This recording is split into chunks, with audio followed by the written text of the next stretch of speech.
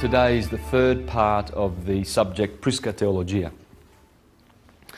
The first part was dealing with astrology, the second part with astrotheology, and this will be dealing with occult science and esoteric wisdom.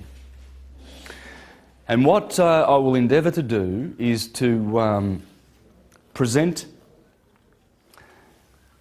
this ancient theology, Prisca meaning ancient, in a syncretic way. Okay, so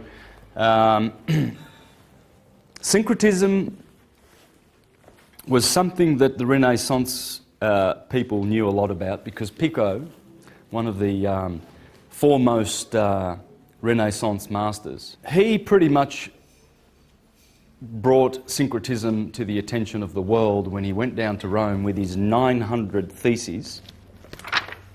Here they are. That's another zero to the 90 theses of Martin Luther 30 years after Pico. Anyway, Pico went down to Rome and he decided that he would challenge the Vatican to a debate to prove that all the sciences, all the philosophies and theologies and schools of thought can all be syncretized into one homogeneous, harmonious unity of teaching. What I'm going to be sharing with you today is the knowledge and the understanding of what all the philosophies are based on. And it's a simple cycle of nature, or cycles of nature. Okay, so with one graph we should be able to pretty much explain how most of the sciences work and how much of the philosophies work.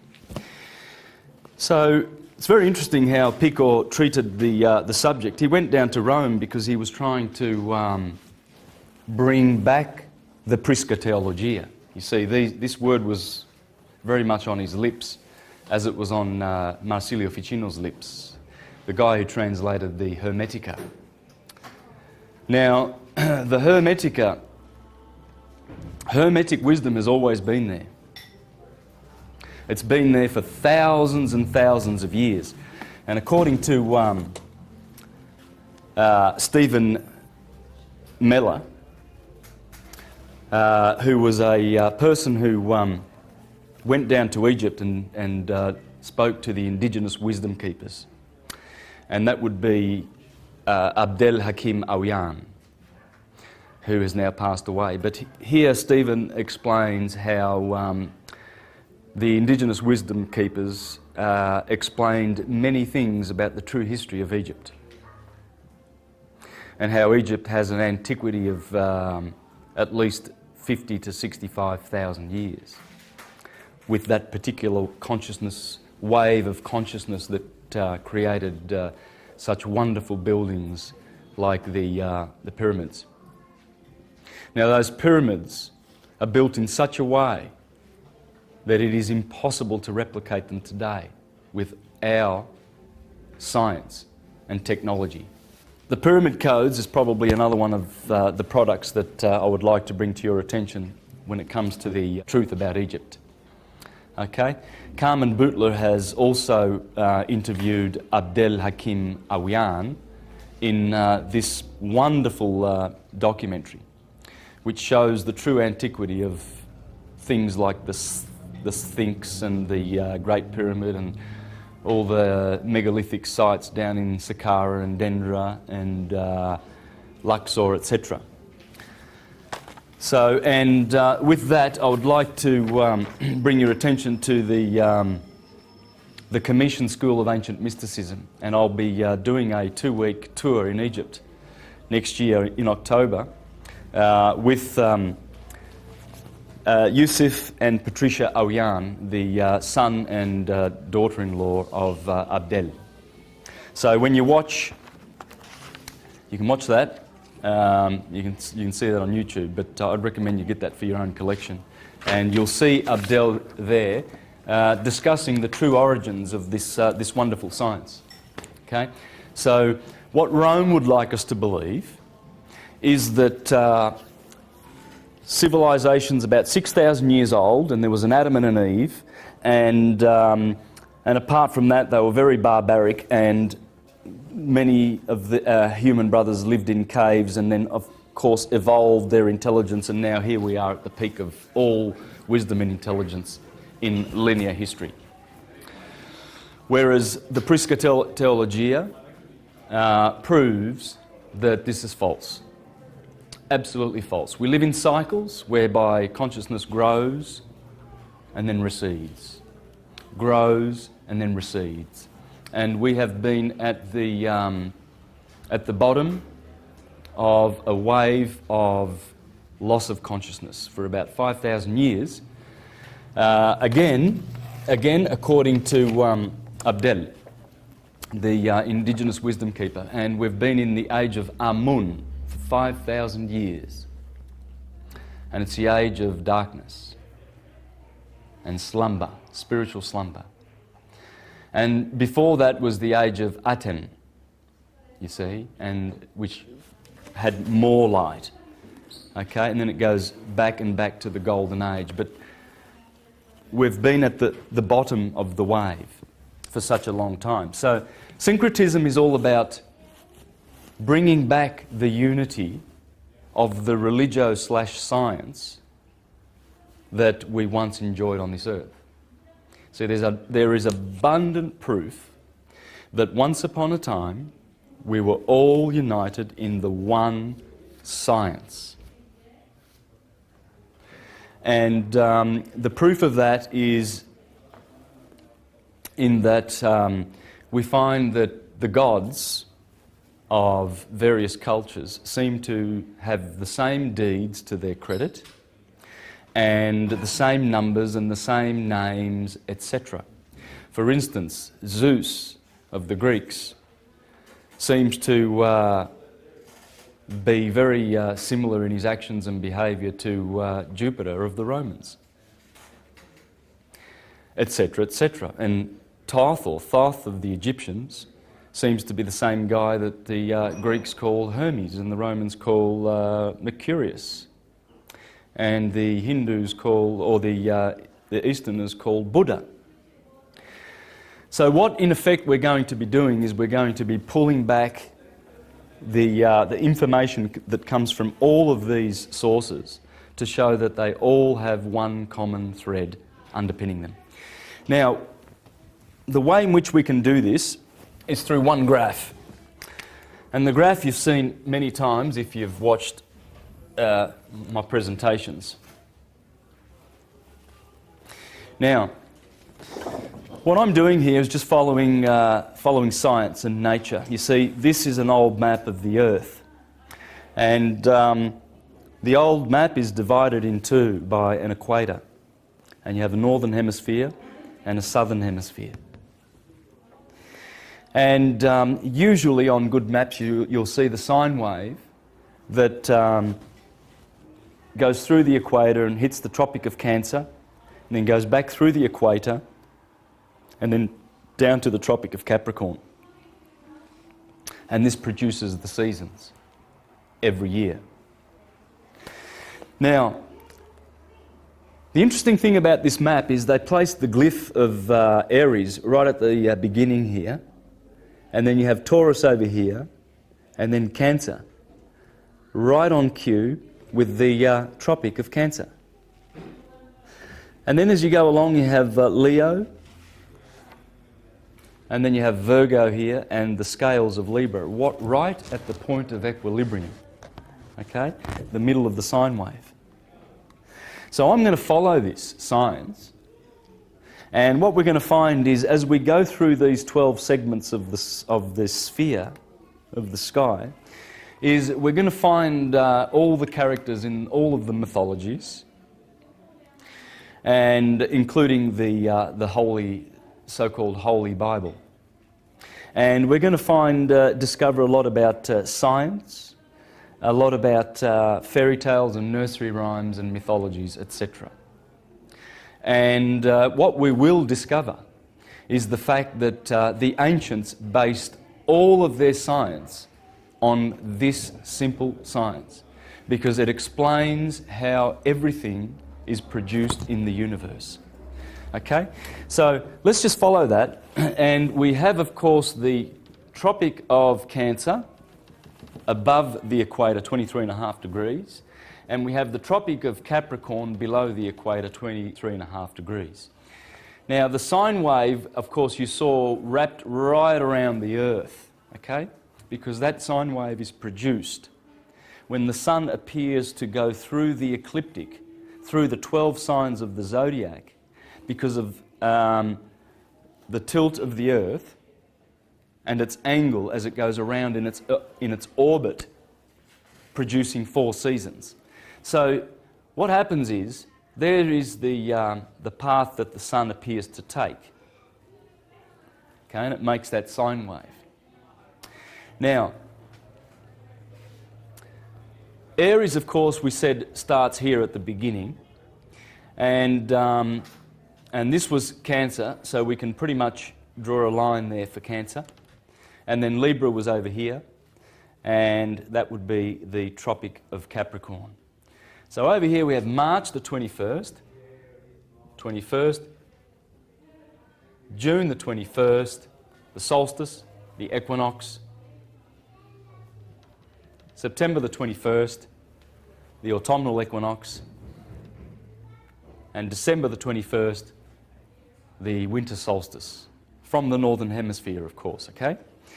Now, so these are describing the equinoxes, the days of equilibrium, and the days of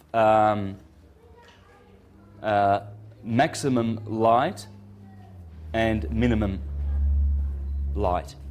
So what we do is we bring this circle around. That's a bit of an egg shape, isn't it? Now, and we bring this, the solstice and December the 21st around, so we make a circle. Now, what we get from this cycle is a circle like this, which the ancients called the circle of the zodiac.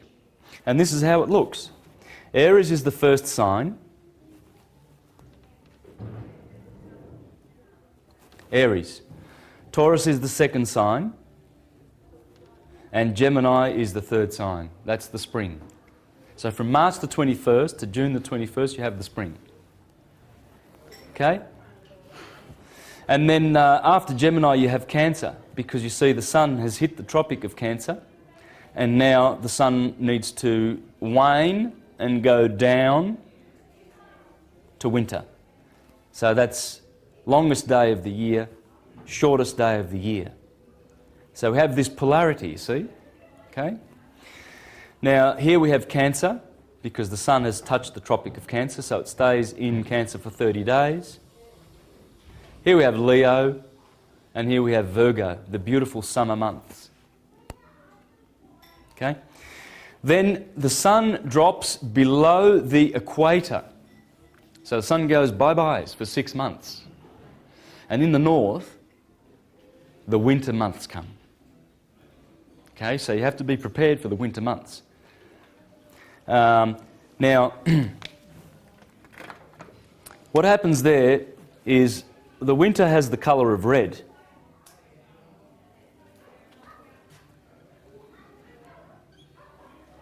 Because the sun is passing through the Red Sea. You see, around about September, what happens is those beautiful green leaves begin to turn red. So they look around in the Northern Hemisphere and say, well, the sun's passing through the Red Sea. Because everything in autumn turns red. Orange, yellow, red. Okay? So this was considered to be the Red Sea. You see, you have to go through the Red Sea. And finally you get into the Promised Land. This is the Promised Land, the summer. And I'll explain why it's the Promised Land, but there's a lot of reasons why they called this the Promised Land. Okay? And here is the Red Sea, or Tartarus. And here we have Libra, Scorpio, Sagittarius, Capricorn, Aquarius, and Pisces. Okay? And this, of course, has the lush green look of vegetation, photosynthesis, because the sun is booming. He's happy in his kingdom. In fact, the sun rules, in astrology, the sun rules over here. Okay? The moon, she rules over here in Cancer. And then always next to those will be Mercury, always. Mercury can never be more than 28 degrees away from the sun.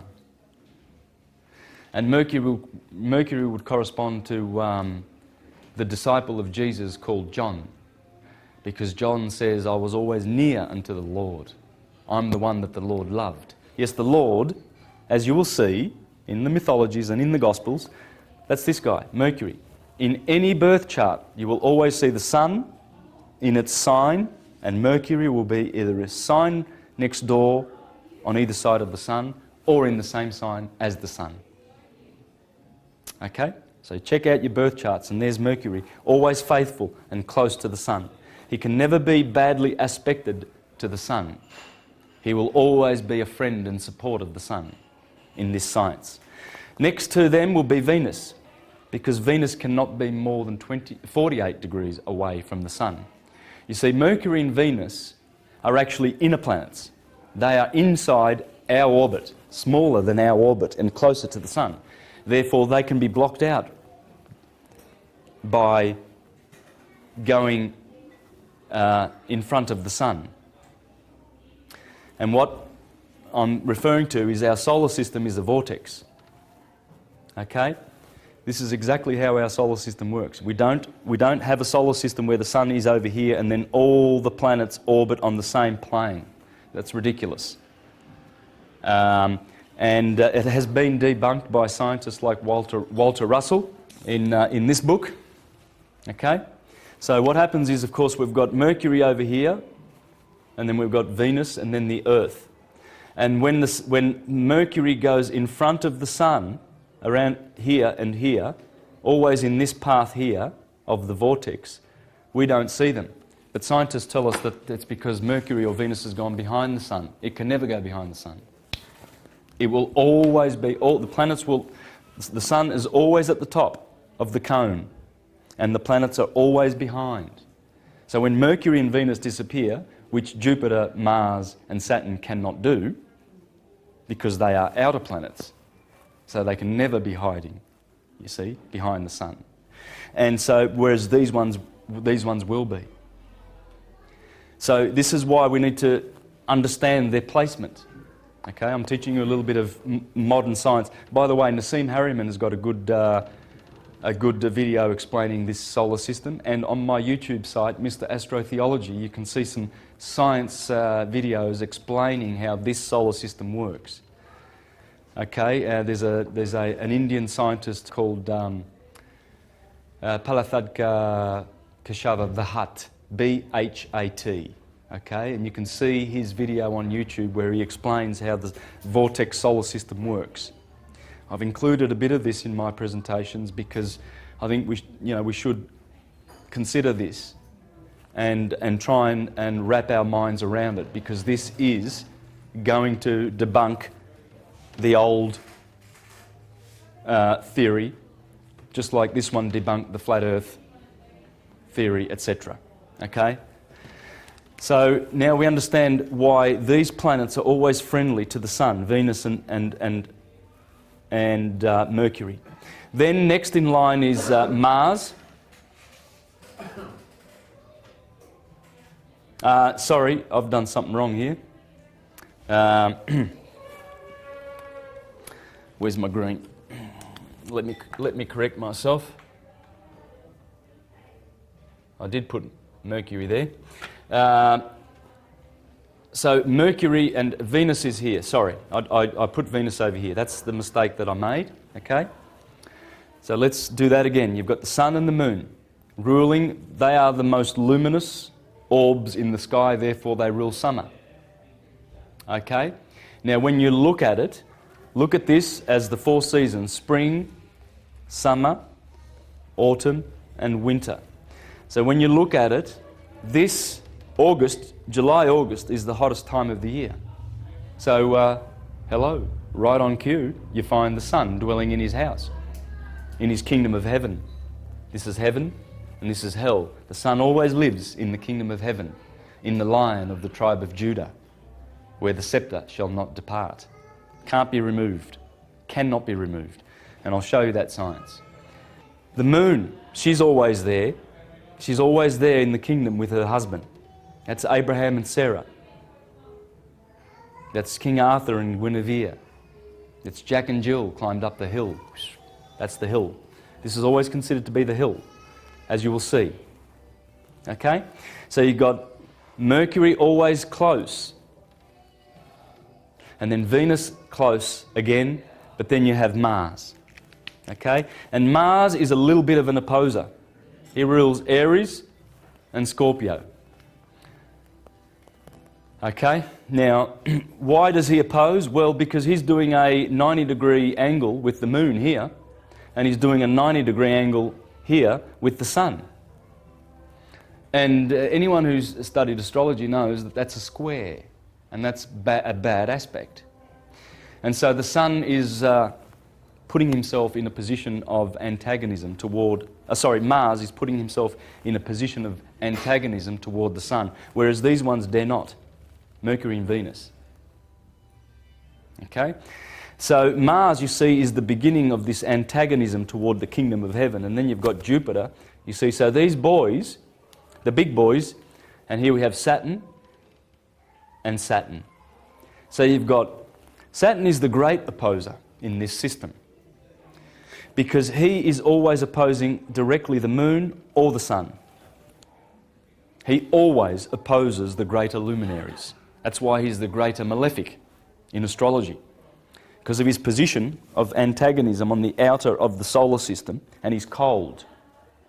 And the sun doesn't like cold, so he cast him down into hell. Okay? And this is the placement of the seven. Okay? Who are the seven? Well, the seven are always known as the archons or the cosmocrators, the ones who gouge out matter. You know, they've got knives in their hands, the little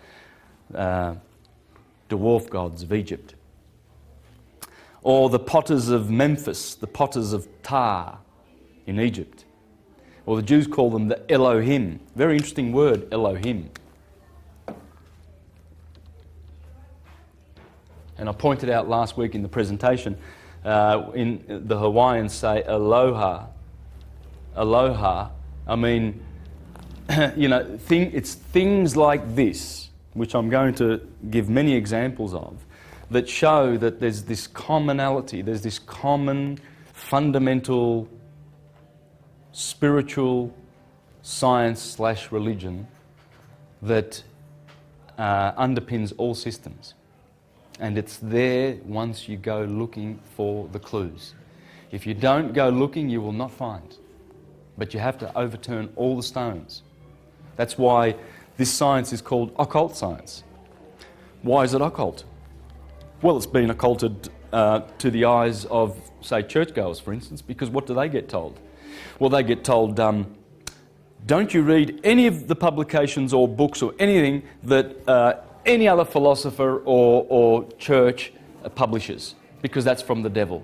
You know, just read our publications. Well, is that overturning every stone? It's not. But the Elohim are seven, and they correspond to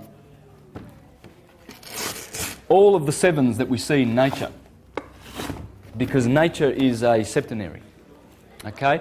Whereas mind, Paimanda, the mind of the divine, is 12. 12. Okay? The ether, the God, the cause. Okay? And how it imprints its patterns on matter is through the principle of seven, you see. When you place the zodiac, this was the gift that the ancients gave us. They gave us this gift. And this is the gift that will syncretize all of the philosophies in the near future. because it's the revival of Hermetic wisdom that will syncretize all of the philosophies. And one day, in the very near future, we will have this one religion because we will understand it. Well, I doubt whether we'll call it a religion, because religion means relegare, and that means to bind, to tie together in a bundle, like the fasci of Rome, which is a fascist dictatorship. But it will be the knowledge of the true God, as the Bible says. The day will come when everyone will be filled with the knowledge of the true God. This is it. It's nature. It's science. It's not hocus pocus traditions that are handed down which have no basis in anything real. It has to be real. And that's what Hermetic wisdom is all about. It's real truth, verifiable and provable. So when you place Aries over here at the equator, at the equinox, and Libra, the opposite, at the equator, the equinox, what you have is if you place the human being inside, you'll see the head always in Aries and the neck. And you'll notice that there are seven chakra points. You see, they go straight through and they live basically on the spinal column. And they are energy centers, they are wheels, you see. And St. John in the book of Revelation calls those the 7 seals that need to be opened. And the Lord opened the first seal, and I heard a voice of an angel. And then he opened the second seal, and I heard a voice of an angel. You need to study what the angel says, and you'll see that these are the bursting of the 7 seals.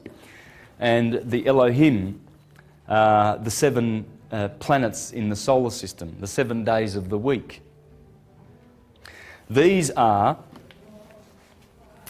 the Cosmocrators, or the Elohim of the Jews. So what we do then is, as we go through this wheel, we begin to see that it tells a story. You see, the sun tells a fabulous story as it goes through the seasons. Here it tells a story of conquest and how he has defeated his enemies down below in Tartarus. And who would they be? Well, just have a look. Winter. Capricorn and Aquarius, associated with Saturn. Saturn, he gets the pleasure of killing his brother's light, who he opposes. The great opposer, Saturn. He gets the pleasure of killing his brother's light on the last day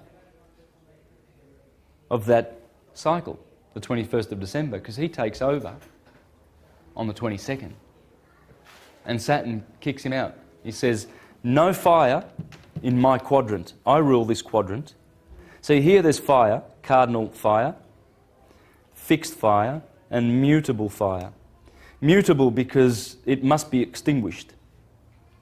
The cycle of heat and life generation must be extinguished by Mr. Cold. So he's always there, and he's ready to kill the light of the sun. So you see the job of Saturn. Poor guy. He gets disparaging remarks because he has to play his role in nature. So he gets to be a very naughty boy. Okay, and let's think about Saturn for a minute, shall we? Think of all the things that are associated with Saturn. The 7th day of the week is associated with Saturn. It's called Saturn Day, right? Saturday. And what usually happens on that day? Would that be the weekend, the day of revelry? You know, Saturday night fever. And let's go out Saturday night, boys. Let's go out on the tiles, right? It's always this guy. It's always Saturn, the bad boy. Let's have a look at the year. So that's the week. Okay. By the way, the moon does not dominate the week. Okay? Saturn dominates the week. I'll explain that later. It belongs to him. The number 7 is Saturn. It's the Sabbath day, the 7th day. It's the 7th planet. It's the one that is the one that is right on top, the top chakra. Saturn's here, the moon's down below, the bottom chakra. The Alpha and the Omega. So he dominates the 7th day of the weekend. He is the boss of the week, and I'll explain that later. All right, what about the day? What happens during the day? Let's see where Saturn appears during the day. If we have established that on March the 21st, the sun splits the day between 12 hours of darkness and 12 hours of light, well then the sun must rise at 6 o'clock in the morning, 6 a.m, and set at 6 p.m. It's the only days of the year where this happens. On the equator, the sun rises at 6 a.m. and sets at 6 p.m. Only happens on these 2 days, these 2 golden days. Right? So if you place 6 o'clock there, 12 midday here, 6 p.m. over here, and 12 a.m. over here, midnight, then you begin to see how Saturn is important in this cycle. Because Saturn rules from, Aries rules from 6 to 8, Taurus 8 to 10, Gemini rules 10 to 12, Cancer rules 12 to 2, 4 o'clock, 6 o'clock, 8 o'clock, 10 o'clock. Wow. Right on cue, we have Saturn turning up at midnight. And what happens after midnight? It's the naughtiest time of the day, is it not? You know, some people who are quite forward in telling you that they do their best work after midnight and etc. Okay? Yeah, he gets from 12 to 4.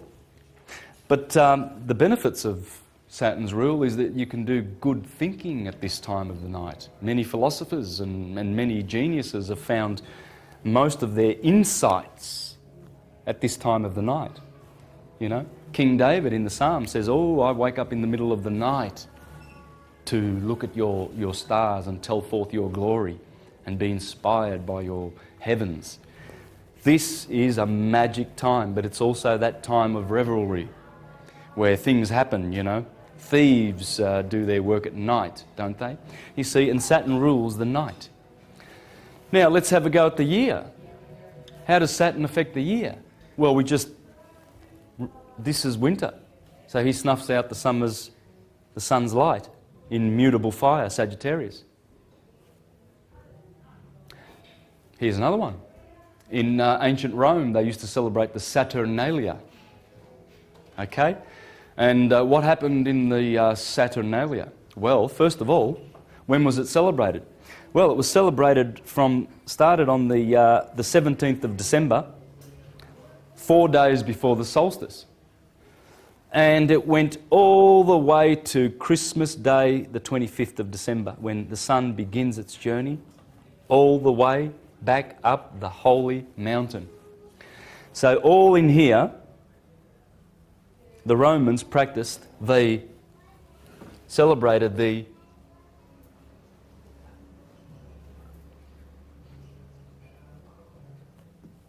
one of the most famous Bacchic orgies of history. Revelries. Absolute revelry time, man. Christmas is a reminder of the Saturnalia. In fact, it is the festival of the Saturnalia. That's what Christmas is.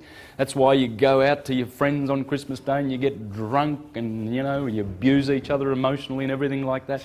In Rome, yeah, you know, how many traumatic Christmases have you been through? Can you remember them? Any good ones? Oh, yeah. Well, they're good because there's good stuff that happens here too. It's not all bad. But it's about Saturn. That's the point.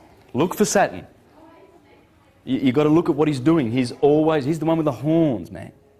And he's ready to reap your soul because he's the Grim Reaper. Souls ascend from the gateway of the gods here. This is the descent in the Tropic of Cancer ruled by the moon. This is the gateway of men. We come in through here, through that tropic. It's the Stargate. And we leave at this tropic. Capricorn's where we say bye-byes to fleshly incarnation. In fact, the rings of Saturn, that's the last sphere that we have to deal with in terms of physical incarnation, okay? And this is how it works. So these are the 10 heavens. That's the primum mobile. Primum mobile. The crystalline sea. The firmament, where the zodiac is. This is what we're doing here, the firmament, the zodiac. And below are the 7 Elohim, the cosmocrators, the creators. Saturn is always on the top. This is the kingdom of Saturn. That's his kingdom. Because Saturn is chronos. Chronos is time. Chronology, etc. All those time words. So we're stuck in time. We're stuck in a sine wave. And I dealt with this last week.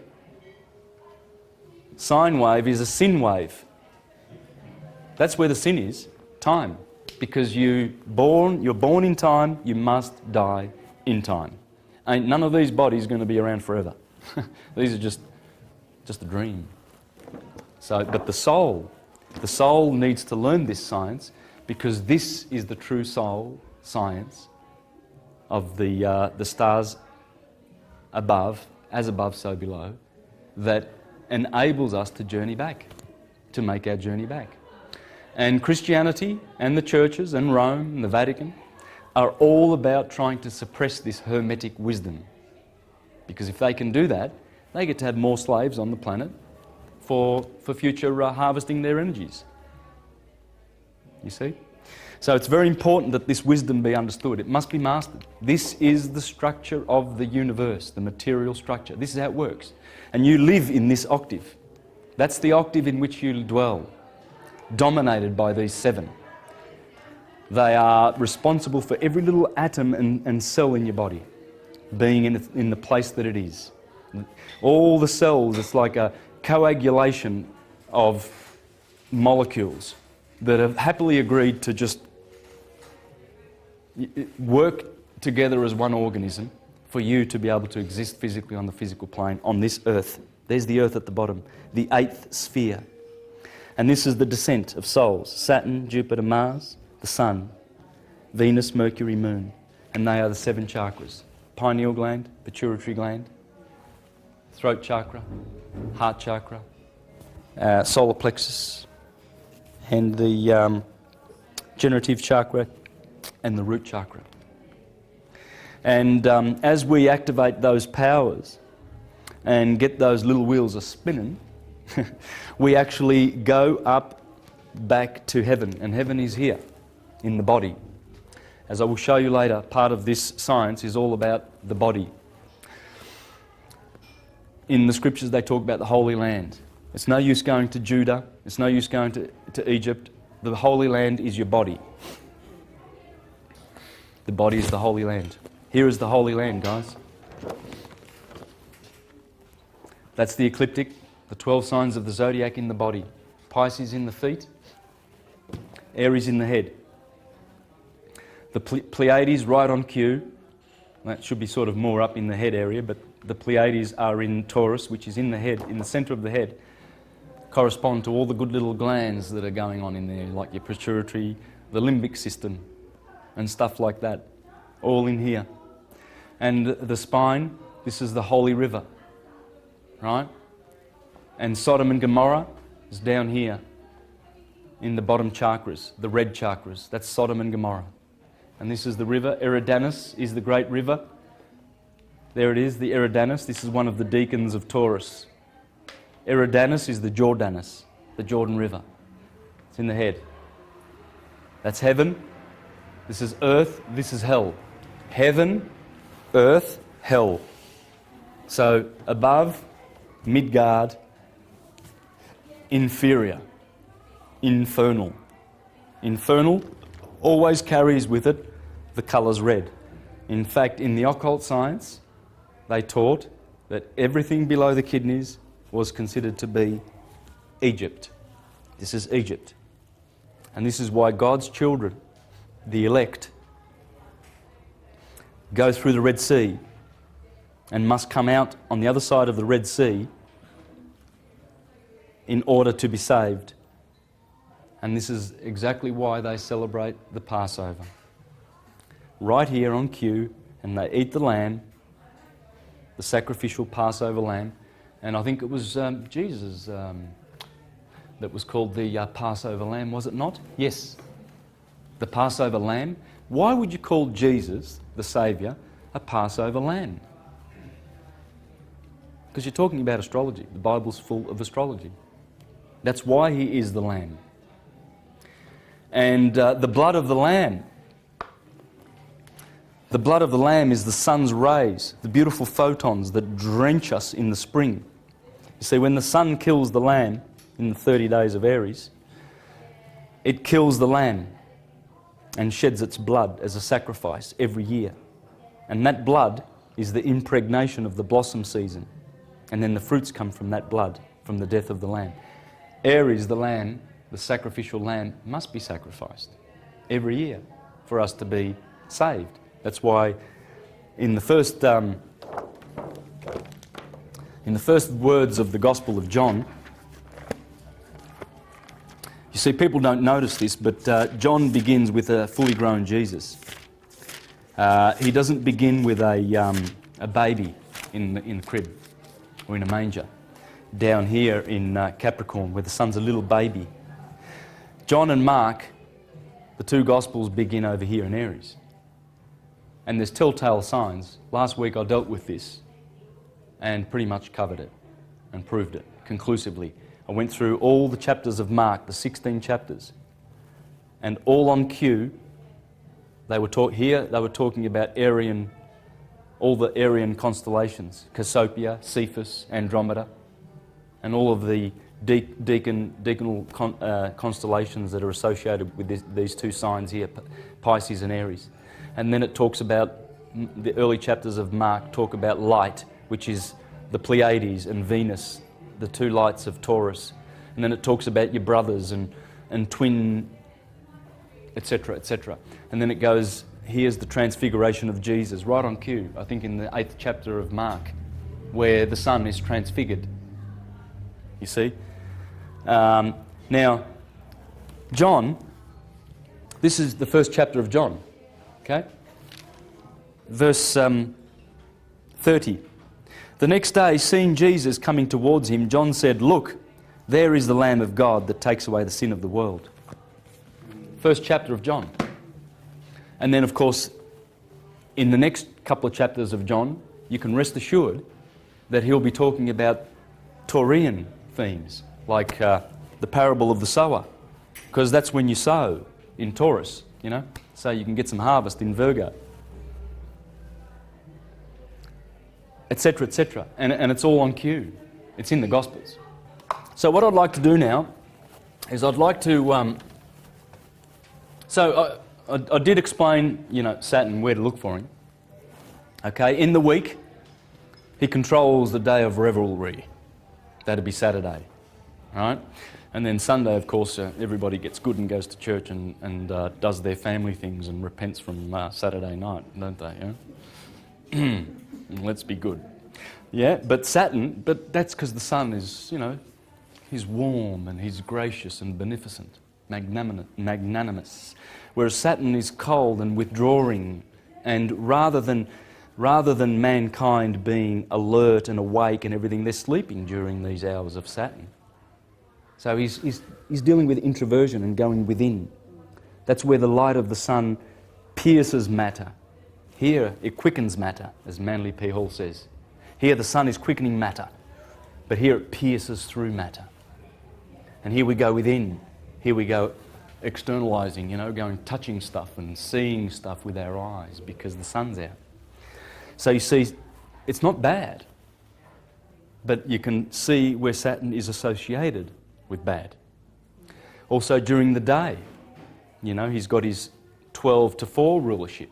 During the year, bang, Saturnalia. And by the way, this is where they used to weep for Tammuz, you know, in Babylon, where they used to, where Ezekiel and Daniel were complaining that the children of Israel were weeping for Tammuz, you know. Why would you weep for Tammuz? Well, Tammuz Day is the 21st of December, and Tammuz is Saturn. And so, yes, the Romans were, you know, exchanging gifts. There was amnesty in Rome. You know, during the Saturnalia, I mean, there was a lot of revelry going on. Believe you me, people were getting blind drunk. Anything went. anything went. You could do whatever you wanted on the Saturnalia. It was revelry. Big time. You know, gift-giving, merriment, Bacchanalia, Bacchus, of course, being the god of wine. That was the festival of the Bacchanalia. And we still say in Italy, per Bacco. You know, we say, good on ya, Bacco, the god of wine, because he's blessed us. And the sun is the god of wine, Bacchus, who gives us wine in September all the time, every year. That's where the grapes get mature and pressed, and that is the season of wine. That is the season of bread, the bread and the wine. Because they are the two symbols, the greatest symbols by which we can honour this cycle. Wine being the blood of the gods, and you drink it and you say it's good. And that's the blood of the sun, the photons, because wine is made by photons.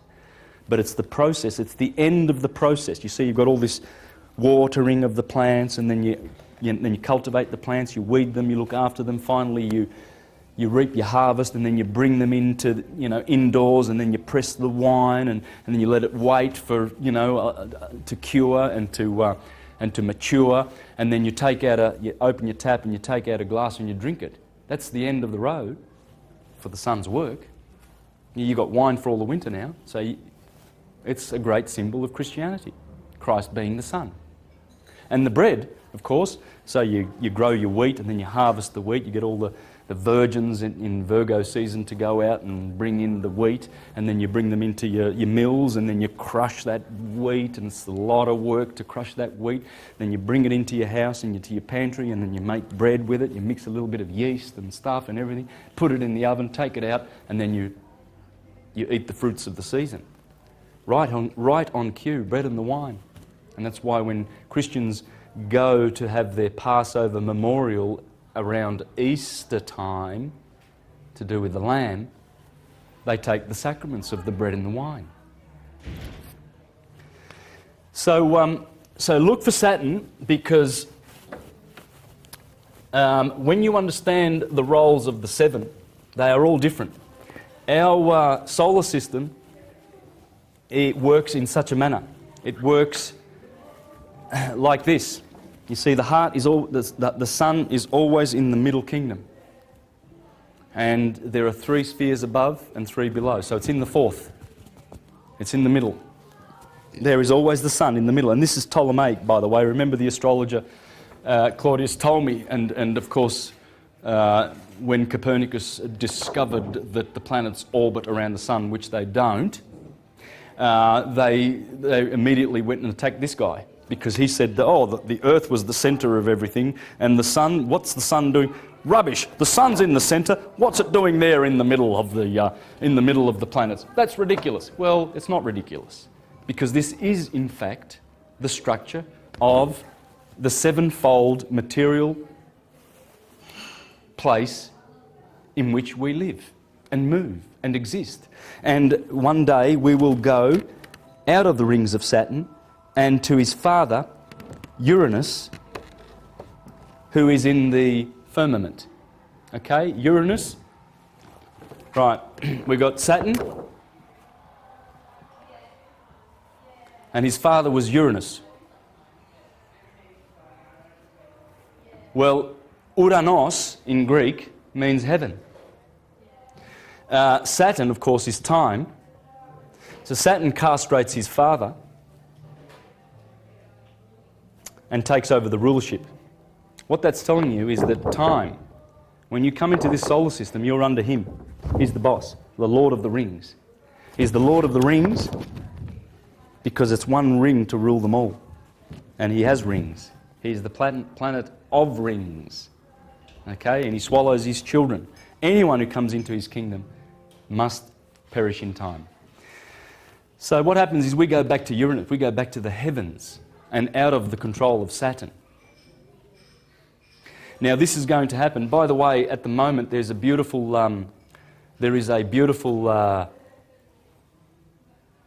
Aries. Uranus is in Aries at the moment, and Saturn is in Libra. Saturn exalts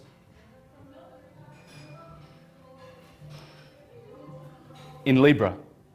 He's having a good time, and Uranus loves Aries.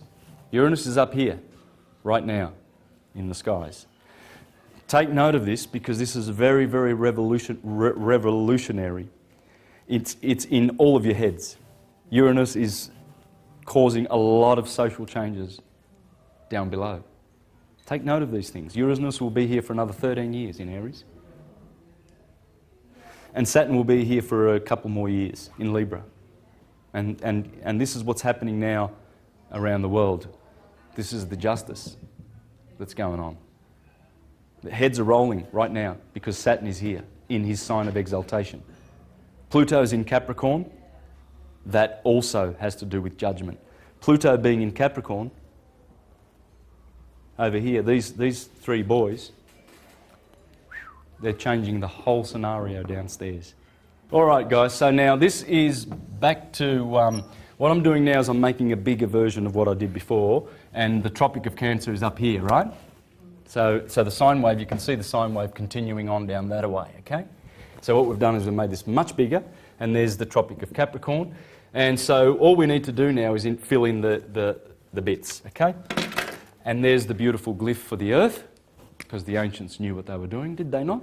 Now, what we've got is, take note of this, fire, earth, air, and water. All right? That's the pattern that the sun takes. Aries, Taurus, Gemini,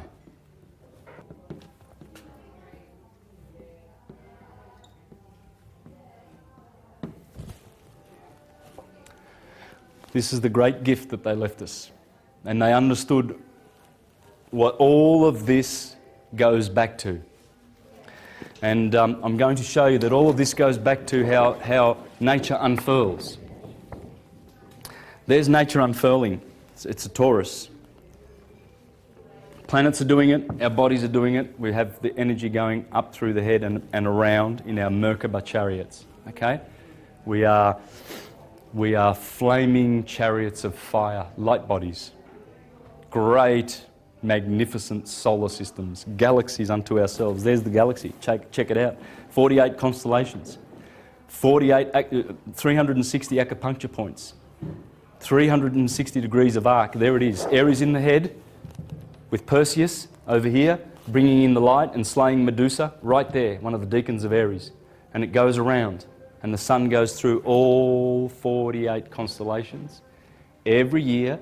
And as that's happening, that's your big brother above causing effects in you. You are being affected by all these motions and wheels. And here we are getting about our daily business and we don't know anything about it. And we don't even care anymore. How often now do we look up at the stars? I don't know whether a lot of people do, look out at night and just go, well, isn't that a beautiful sight? To look at the stars. And to think that those photons have been travelling for billions of years and finally they reach your eyelid and you don't delight in that, the pleasure of knowing that you're just receiving light that's been travelling for years and years and years to find it. Yeah, there's a lot of smog. But what is the structure behind this is the vector equilibrium or the cube octahedron, okay? The octahedron and the cube. Okay? That is the 12-fold structure. This is a perfect model of 12ness. This is where the 12 comes from, okay? From the vector equilibrium that supports this structure, that is what planets and galaxies are doing. 64 in the Flower of Life, 64 in the I Ching, 64 boards in the chessboard, squares, 64 codons in your DNA. 64 in Kabbalah. When you put the Kabbalistic trees together, you get your 64, the number. It's a precious number. The city of Melbourne has a grid. Have you seen the rectangular grid of the city of Melbourne? Open up your Melways and check out Melbourne, the city of Melbourne. Designed by Freemasons. Okay? You've got, that'd be Latrobe, Lonsdale. Anyway, look, you've got to check this out yourself. It's 64 grids. 64. It was designed that way. 64 blocks in the city of Melbourne. That's where I play my guitar, right there in the middle. In the middle of the 64. In the Burke Street Mall. But check it out. And it comes from this, 12. In the vector equilibrium. What we've got here too now, I'm going to go and I'm trying to be nice and slow because I do go very fast. So I want to just take my time with this and it'll sink in a lot better. You've got cardinal, cardinal, cardinal and cardinal. Okay? Fixed, fixed, fixed, fixed. And, oh yes, I got pretty blue. Woo-hoo. Mutable, mutable, and mutable. Okay, so this is basically the science that they left us with, and everything here is all on cue with what's going on in your body and with what's going on upstairs. For instance, fire in Aries, that's the brain. Fire is electric. Well, in the morning, when the sun wakes up at 6 a.m. and you wake up at 6 a.m, first thing that happens is this turns on and your eyes turn on, both ruled by Aries and Mars. Right? It rules the top of the head. So you wake up here with fire because electricity needs to be working the electromagnetic computer that you have up here. Then the sun flips polarity from 8 to 10 and it gives you earth fixed. That would be the mouth. Earth rules this part of the body. So you put earth in your mouth, you see? And it's a magnetic polarity. Here, Gemini, that's Gemini and the two lungs. And Gemini needs air,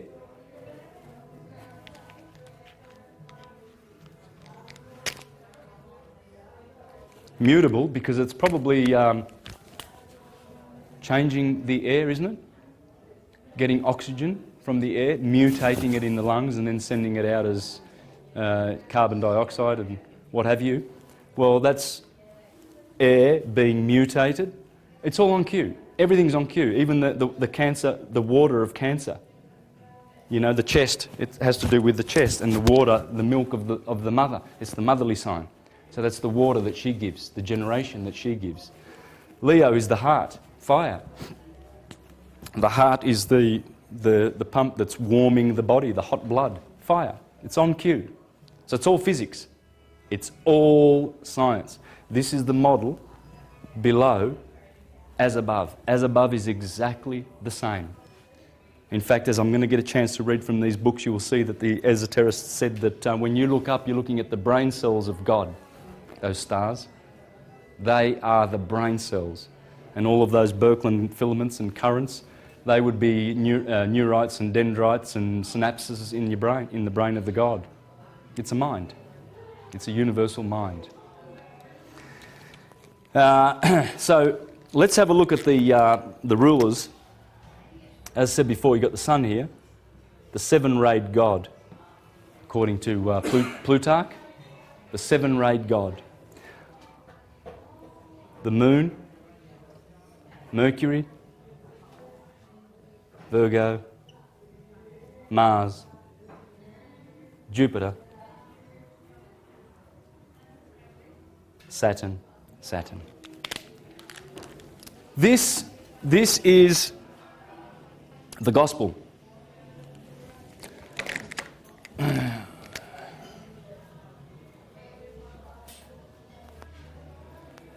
God's spell.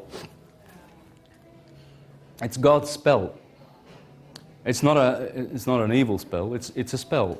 It goes forth. The spirit of El, God's spirit of El, is always going forth in the gospel because this is the gospel.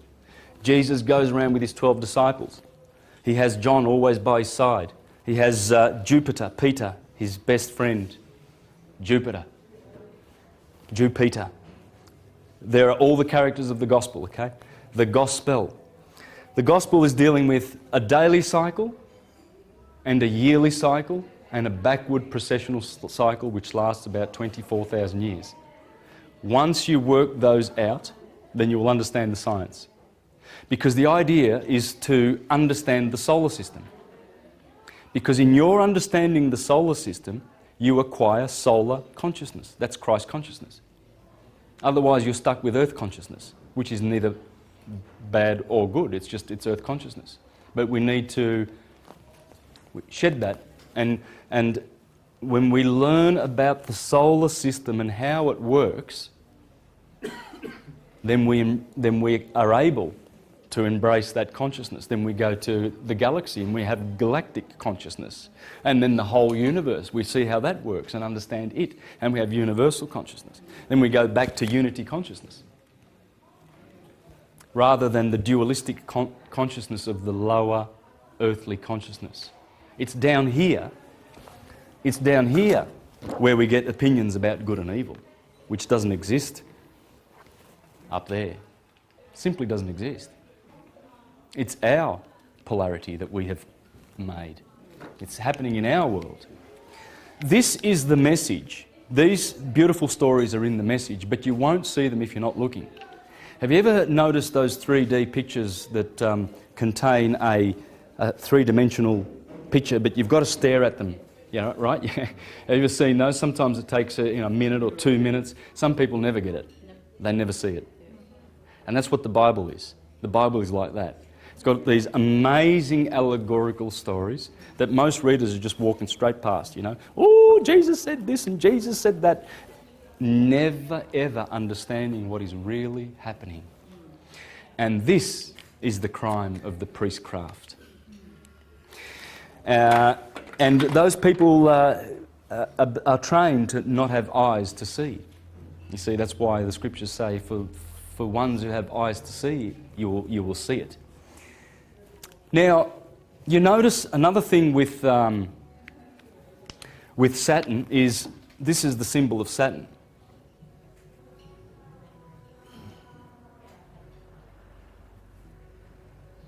Did you know that, the hex? If you have a look at some photos on Google, some photos of Saturn, it's a big gas monster, you will notice that good old Saturn, who is not the Messiah, he's a very naughty boy, has a hex. That's a photo of Saturn. All right? See the hex? Now, this is the Star of David, David being Saturn. And you see a triangle pointing upward, which means the spirit going back to where it came from. And this is the matter, the feminine triangle pointing downwards. And that's the descent of our souls into matter. Okay, but the spirit will rise up again. You see, now as we go back into the age of Aquarius, Saturn rules Aquarius. So we've been in Pisces for 2,000 years. Jupiter's going to hand over to his daddy. That's his daddy. Remember, Jupiter defeated him when Saturn was eating all his children, and then his Saturn's wife, I think it was Hera, she took Jupiter and she hid him away, and then she put a rock in a blanket, and then she gave it to Kronos, and Kronos ate it and burped and whatever and said, "Thank you very much," And he thought that Jupiter was gotten rid of. But Jupiter was growing up on Crete, right? This is mythology, but it's talking about the fact that Saturn gave over his kingdom many thousands of years ago. See, if we go back 2,000 years ago, and another 2,000 years ago back into the heart of Egypt, Egypt ruled around here. This is Aries, the age of Aries. Greece and Medo-Persia ruled around here. Egypt was around here, and then we go back even further. We go back to a time when Saturn used to rule. Saturn loses his kingdom to his son Jupiter. And Jupiter is the one that gives it back to Saturn over here. Jupiter takes it away from his father and gives it back to his father. As we go back to Saturn, and believe you me, people know that the age of Aquarius is bringing Saturn back. And everything that Saturn grants, which are great blessings. the philosophers like Pico and Marsilio Ficino in the Renaissance times, they would greet each other with greetings of, you know, blessed be Saturn and we shall await his return, because there won't be any peace until Saturn returns. Okay? That's why you see the Star of David kicking around a lot, because these people, the Zionists, are pretending to be the true Saturnians, ushering in the new golden age, the one world order, with the UN and NATO, etc. These are the imitators. These are the pretenders to the throne. The age of Saturn will return, and it will be the Hermetic ones that will bring it back with peace and unity, not this criminal mob. But you have a look at this. The Bible always talks about things like, have you ever heard the beautiful expression, you shall be planted like a tree near a river? A tree is always happy near a river, isn't it? Because it draws water from under the table, the water table, yeah? And you see prosperous trees near a river. Well, that's what this is depicting, you see. A river works like this. There's mountains. Say, you know, you've got some mountains. And what happens is usually rivers come down off mountains, and they are tributaries to bigger rivers down the line. And here's the ocean. And just before the ocean, there's like a delta where the main, you see. And so there's all these rivers that feed into it, right? So what's happening is the rivers are actually flowing back to the source, you see. But with a tree, if this is the trunk of a tree, and these are the branches and the leaves, these are all the leaves, and there's the roots that go under the ground, you find that one is coming from the roots and ascending to the heavens, whereas the river is descending from the heavens and going into the water. You see, it's this symbolism, and it's beautiful symbolism, but most people don't get it. They think, oh, a tree next to a river, that would be nice. And that's it. That's the extent of there, because they don't see the three-dimensional allegory that's in the Bible. It's in there. And that's what I'm going to try and draw out, okay? Not just the Bible, but all of the mythologies. I'm going to show how Hercules is in here. Hercules, okay, let's have a look at Hercules. Where would the Pillars of Hercules be? The most glorious place on the wheel. There he is. There is Hercules. And there's the Jewish system of Kabbalah, Boaz and Jachin.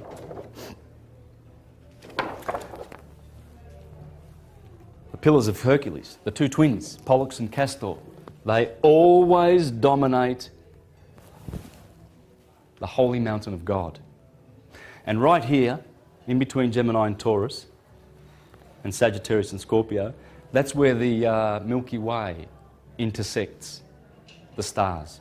And you can see it here in my graph. You can see here, see the Milky Way faintly going through Scorpio and Sagittarius, and through, there it is there, faintly going through Taurus and Gemini.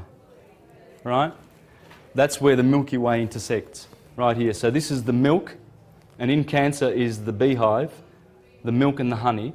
This is the land flowing with milk and honey. And the Pillars of Hercules are always up here. Samson, when he pulls down the gateposts of Gaza, and then he goes and kills that lion and he eats the honey, and then he gets betrayed by Delilah the virgin, who betrays him to all of these enemies of the sun, the fall. Starting with Saturn, starting with Saturn in his exaltation house, but this is the fall of the sun. This sign is the exaltation of Saturn, but the fall of the sun. The sun here is wounded. Scorpio bites the sun in November. The backbiter betrays the Lord with a kiss. And here is Draco, the constellation of the dragon in Sagittarius. Jupiter is there, Peter, in the Garden of Gethsemane, where Scorpio betrays the Lord for 30 silver pieces. 30 days of the silver moon. This is all betrayal. This is the sun being betrayed as it goes down. But here, the sun is glorious. There is Hercules. Hercules is the sun passing through Gemini, conquering his holy mountain. Gemini is always there. It will always be there at the top. The sons of Zeus, Pollux and Castor, one divine, one human. And that's why you have the two pillars everywhere, in every system, the two pillars. There's the Arch of Titus, and he tells you, look at that, there's the Jewish menorah. That Jewish menorah is right there, because Titus, having destroyed Jerusalem. And there's the Jewish menorah, people. Ephesus, this is in Revelation, these are the 7 congregations that are in Asia. Ephesus, Thyatira, Philadelphia. Interesting. Philadelphia. Any Greeks? Brothers. Yeah, love of brothers. Would that be the two twins, Pollux and Castor, and the love that Pollux had for Castor, that he decided that he would give up his immortal life so that he could save his brother Castor, and they shared immortality every year. One would have immortality and one would have mortality. That's the love that they had, brotherly love. Philadelphia, right on cue. Here you have Sardis, which means the peak. Pergamos, which means the peak. Sardis, which means the king, the lion. Here you have, anyway, it's on the video. but these are the 7 congregations, okay? There they are there. These are the 7 planets, the 7 Elohim. That's what they are. The sun is the middle one. Saturn is the left one. That's the moon. So you've got Sunday to the middle, Monday over here, Tuesday, Wednesday, Thursday, Friday, Saturday. Saturday is always the 7th. So here you have the arch of Constantine. See, this is Jupiter and Pollux and Castor, because when he climbs up that holy mountain and he goes through the pillars. See, that's why these megalomaniacs like Titus and Constantine made their arches, their pillars, because they want to be like Hercules. Who doesn't want to be? We all do.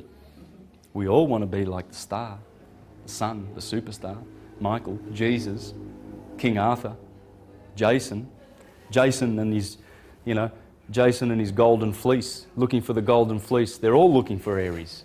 All of them. The Jews are looking for the Passover lamb. The Christians want the Lamb of God that takes away the sin of the world. Everyone wants the lamb. The lamb is here. You see? That's the lamb. Because everybody wants to live here. We all want to go to heaven. And you go to heaven, there's no postal address for heaven. It's here, it's inside. You don't go knocking on St. Peter on the gates and, hey, St. Peter, is this, I think I've got the right address. I was told to come to, certain coordinates of the right ascension and declination, and I've found heaven. It's not going to happen. It's in you. The kingdom of God is in you, and this is the kingdom of God. This wisdom. So, it's all the sun. Look at this. See? They'll have, like, in Paris, they have the Arc de Triomphe, right? Well, where do they place that? Right in the Champs-Élysées. The Champs-Élysées, is that Élysée? Would that be the Champs-Élysées? Yes. The Elysian fields, springtime. This is where all the magic happens. This is the Father, the Son, and the Holy Spirit. You see, mind, Aries, the head, electric. That's the nous. And that's the thinking. That's where we do our thinking. Here we speak. And Gemini, we do. Yeah? So we think, we speak, we do. And in fact, Aries is I am, I have, and I think, which is pretty interesting because that also is the process of doing. But the Father and the Son and the Holy Spirit is how everything gets done in the whole world. First you think it, then you speak it, then you do it. Now, yeah, this is the thing, and we're waking up to this stuff. We're waking up to the fact that we come from the stars. Have you got any friends who swear that they come from Sirius or the Pleiades, or right? Well, let's have a think about it. Sam, what's your nationality? Our background's from Syria. Syria. Oh, let's have a look at that word, shall we?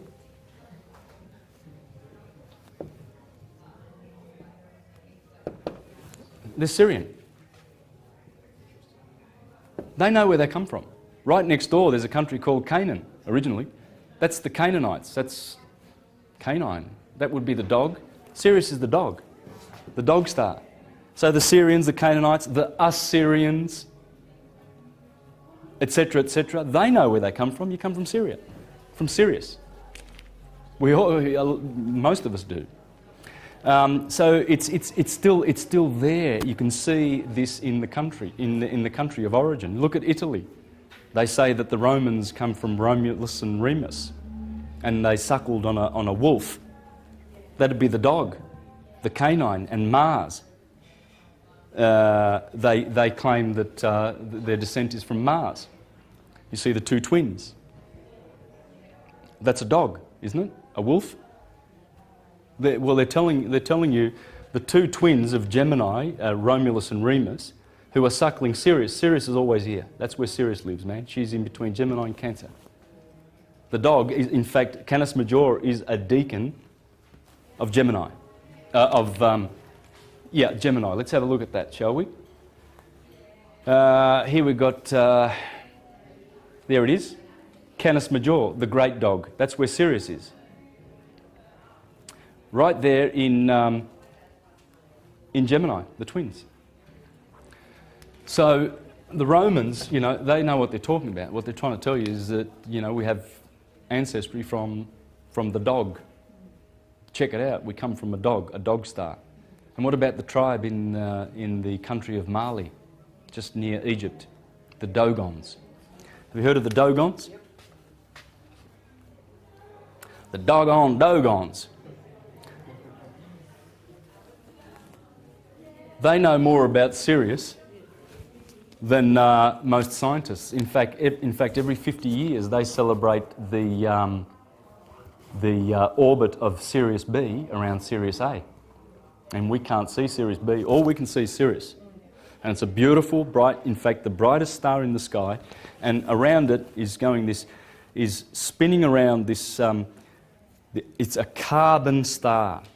It is 300 times harder than diamond. Sirius B, okay? So you've got Sirius, and then you've got Sirius B. Every 49.9 years it does an orbit.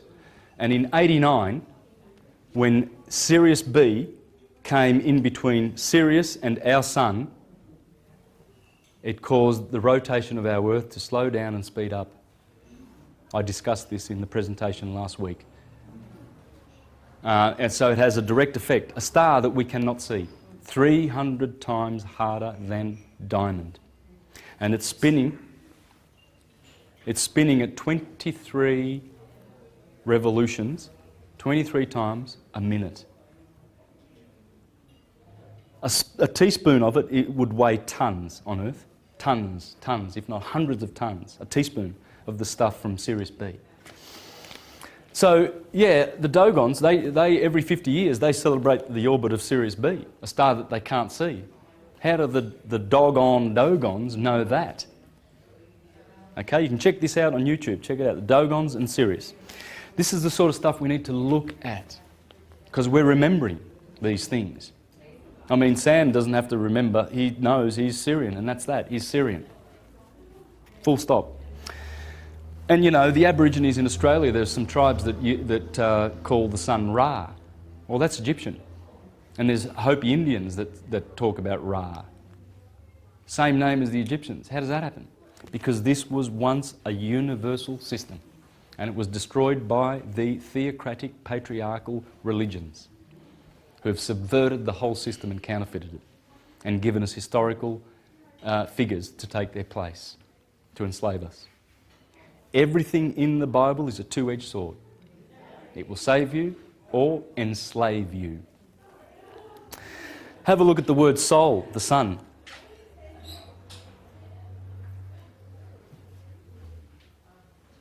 Does that sound like soul?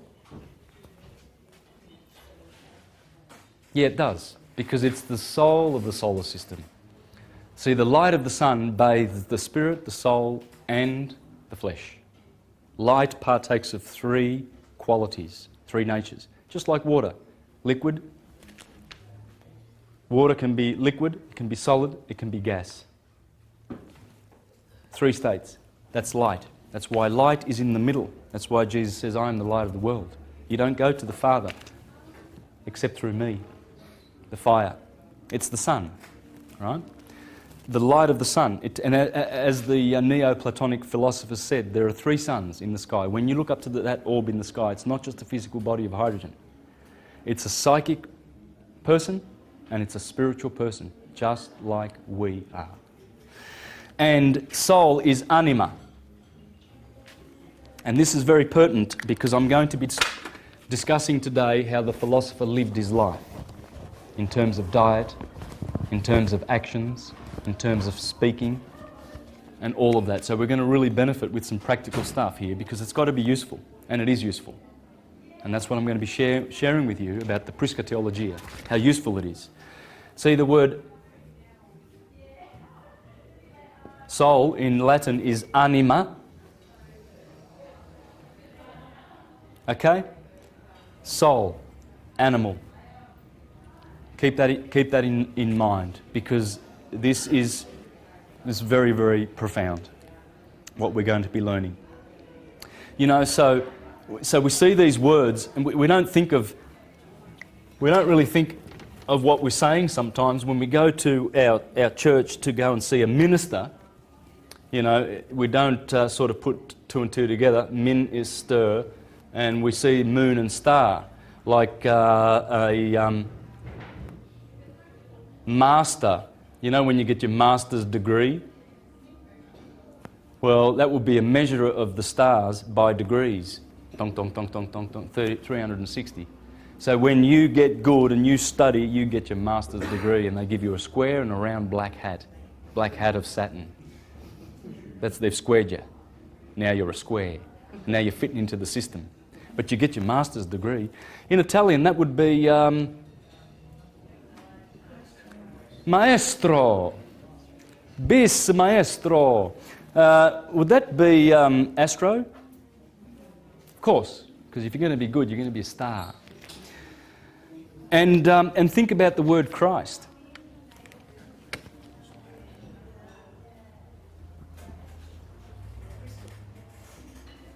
Would you be a carbon crystal by any chance? We've been hexed with earth.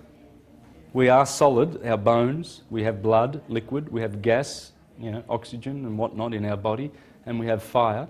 So everything's made up of these 4 things. The 4 rivers that flow out of the Garden of Eden. The waters above and the waters below. See, this is all just water, right? All your atoms, they're just like coagulated, just like like when you get a scar, right? You know, you just wait a couple of weeks, and all of a sudden that coagulated blood has caused the skin to be there, and it looks like the scar's gone away, right? So you see the nature of blood. You see how precious blood is, that it actually is making bodies. But what's behind the blood? You see, the blood is flowing with fire and gas and liquid to make solids, coagulate. Coagulation as it goes through the process of temperature, motion, cohesion and solidity. We are carbon crystals. Every organic form is. That is Christ. Because what it's saying is, and the flesh came to dwell with man. And the Christ came to dwell in the flesh. And the Christ was made flesh. That's what it's talking about. It's talking about this was made flesh. We've all got crystals in our body. And what happens is that is what is causing us to remember. And as we drink of the finer consciousness and we expand our minds and leave them open, because without this science, there's no way you're going to go to heaven. There's no way. You can't fluke it. You cannot fluke it. It's not going to happen. And you won't be going to church where they keep you in the lower chakras to get this. It's not going to happen. They do it deliberately. Ra is an interesting word. There's a fellow in Egypt called Ramses. And That would actually be Ra Moses, people. Ra Moses. That's where Moses gets his name from, Ra Moses. And in fact, that's the 19th dynasty of Egypt when this guy turns up. First time Ramses appears. But in the dynasty prior to that, the 18th dynasty, we had Thothmoses.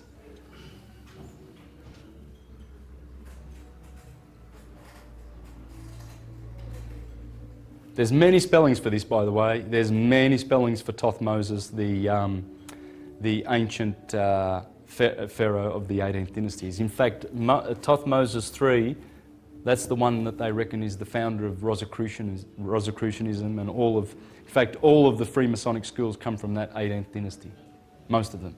Okay, yeah, Thothmoses. There's a statue of him done in that I think it's granite, or what's it called, diorite. And it's very hard. And you can see that Thothmoses III. These guys, they pay a lot of tribute to this guy, but this is where they all come from, those dynasties. All right, I just want to share a few more little points with you. I'm just going through some words here, okay? So you can study the nature of words, because when the written alphabet came into history and civilized us, along came the spells, you see? And with the spells, they sort of bound up all their spells in one book, and they said, oh, this is from God. And if you don't do what it says in there, we're going to kill you. Okay? You get to die. It's a good book. It's great. Yeah? And we have a special interpretation of it, by the way, too. Yeah? Okay? That's how the Christians treated the indigenous Indians when they went to the Americas. Oh yeah. They had this one. I'd say they would have put this in their left hand, because you need your right hand to have a sword in there to cut heads off people who don't listen to this book. And that's what they did. They decapitated hundreds of millions of indigenous people who knew this.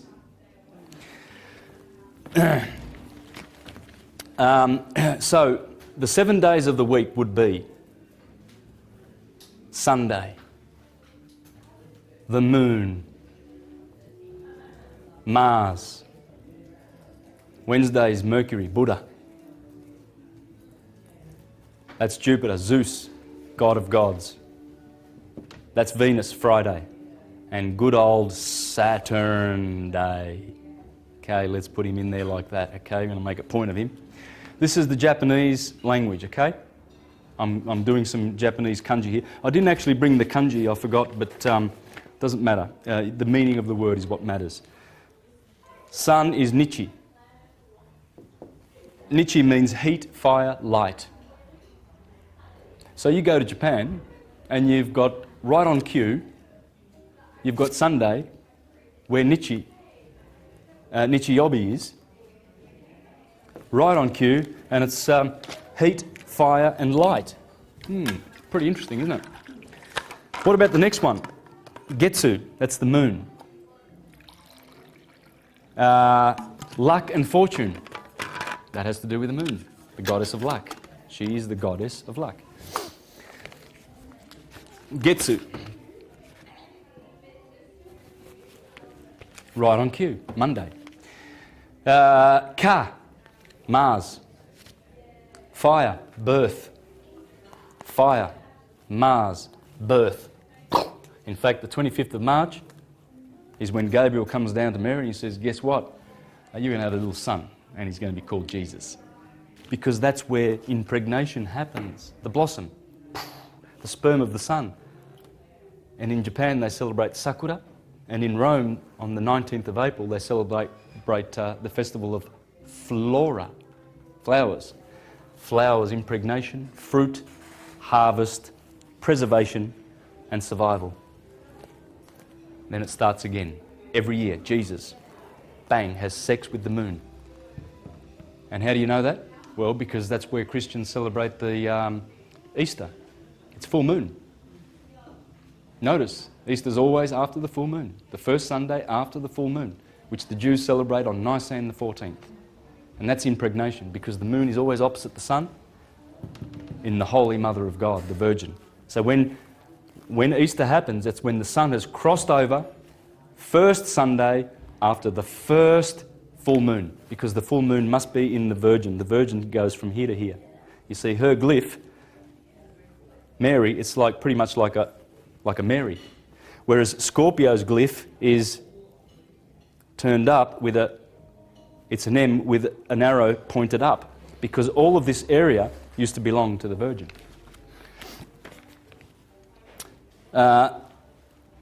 Sui means water, Suiobi. So that's Kayobi. Suiobi. This is Thursday's Moku. Wooden, tree. How about this one? Kin. Gold. Venus. Money. Because she's the one that gives wealth, the second house in the zodiac. She's always got the gold and the money. And how about our good friend Saturn? Well, what would that be now? We've already discussed his other name in Greek, Chronos. What does Chronos mean? Time. Well, the Japanese do means time. Time, door, and dirt. You see, guys, when you start looking for these things, you will find them. The science is there. What I'm trying to do, well, not trying, I am doing, is syncretizing it all. Okay? In honour of Pico and Giordano Bruno. Okay? That's the book that got him burnt at the cross on the 17th of April, 1600. That book. The Expulsion of the Triumphant Beast. And he is saying, he died because he's saying in there, we've got to go back to Hermes. The world must return to Hermes to be saved, to bring back sanity, because religion ain't working. It doesn't work. It binds people and makes them fools and slaves. And this liberates. The Hermetic revolution was the Renaissance. It was based on pure Hermeticism. The founding of the Republic of the United States of America was pure Hermes. And I'm going to read to you from Thomas Paine. He's the guy who got the revolution going, by the way. Thomas Paine. You've got to read this guy. It's all about Hermes. All of it. Okay, I'm going to read from here. Thomas Jefferson, all those guys, they were Hermetists. And the Republic, which frees, is Hermes. What do you make of the suggestion that a certain portion of them were Freemasons, and what association did Freemasonry have with Zionism all the way back then? Yeah, look, Masons, like everyone else, have been co-opted and invaded and overtaken by the Vatican and all its good little soldiers. Has many foot soldiers. The Jesuits, the Bilderbergers, the Trilateralists, the Council on Foreign Relations, any buffoon like a Henry Kissinger or a Zbigniew Brzezinski, these imbeciles who will sell their mothers for, you know, a pocket full of pennies. Traitors to mankind. But the Vatican runs all of that. It has gone around all around the earth, co-opting movements and changing the nature of them. You know, the Green Movement, for instance, it might start with genuine grassroots principles, and then all of a sudden someone comes knocking on the door and says, hey, we've got $1 million for you, would you like that? Oh yeah, well, there you go, there it is, but just sign here on the dotted line, and just what we're going to do is we're going to have one of our, we're just going to have someone to sit on your board for you, you know, and you know, help you make good decisions about how to spend that money in the future. And that'll be a Vatican agent. It's all the Vatican, it's all Rome. The elites run Rome. It's the biggest corporation in the world, and it hates this Hermetic wisdom. It has been persecuting it for 2,000 years, okay? Since the days of Hypatia and Theodosius in Rome, who said, just burn them all, burn them, kill them. They went around and pillaged and destroyed all of the universities and temples that were bequeathed to us by the Hermetists. In Alexandria, there was the Temple of Serapis, and they went down and they pulled down Serapis and they burned him to the ground and they destroyed the library in Alexandria. And there was hundreds of years, or in fact it hasn't stopped. Only 500 years ago they destroyed all the Mayan codexes. Only 4 survived, the Popol Vuh. And you know, this is what they do. They go around destroying evidence that this existed. It existed and it's coming back, and it will destroy all the fictions. This is here to come, to stay forever. We'll never forget this again. It's coming back. This is Hermes, guys, and rejoice that it's coming back. Have a look at Libra, the point of equilibrium, isn't it? Libra, those scales, those beautiful scales.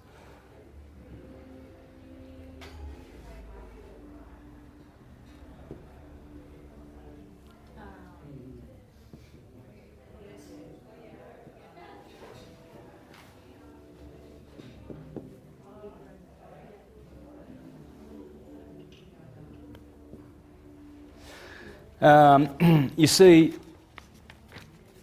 once you understand this science, you understand what's going on. In the body of the human being is something very special that's going on. And that would be that. You see? Aries at the head, and the sine waves goes through the scales of Libra. Look at the glyph for Libra. I mean, it's sitting there where 6 p.m. is, and September the 21st, the beginning of the Red Sea. Right? So in both of those two cycles, it stands for that. What would that be? That's the glyph. Does that look like a sunset to you? Or a sun passing through the equinox, the equator? Yes, it is.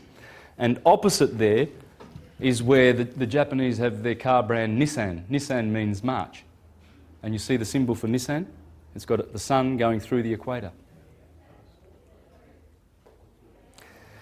These are things to look out for. The sun.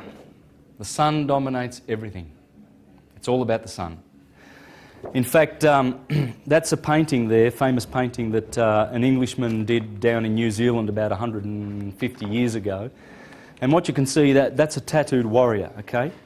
And you will notice that the lines on the top of the face here, this all has to do with sun worship. This is the sun, just like this mask is.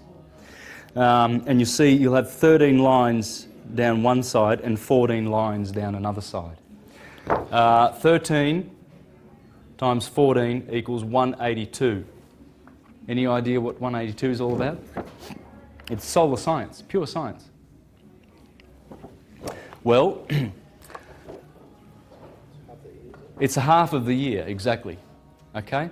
It's a half of 365 days. And what it's representing is 1/2 of everything of the year. Now, but it's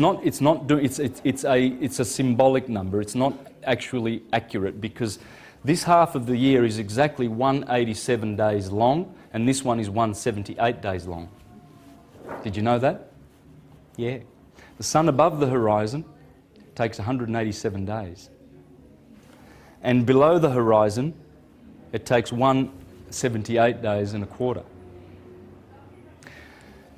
Marcus Manilius, in his wonderful poem, he talks about this when he says, take note that the crab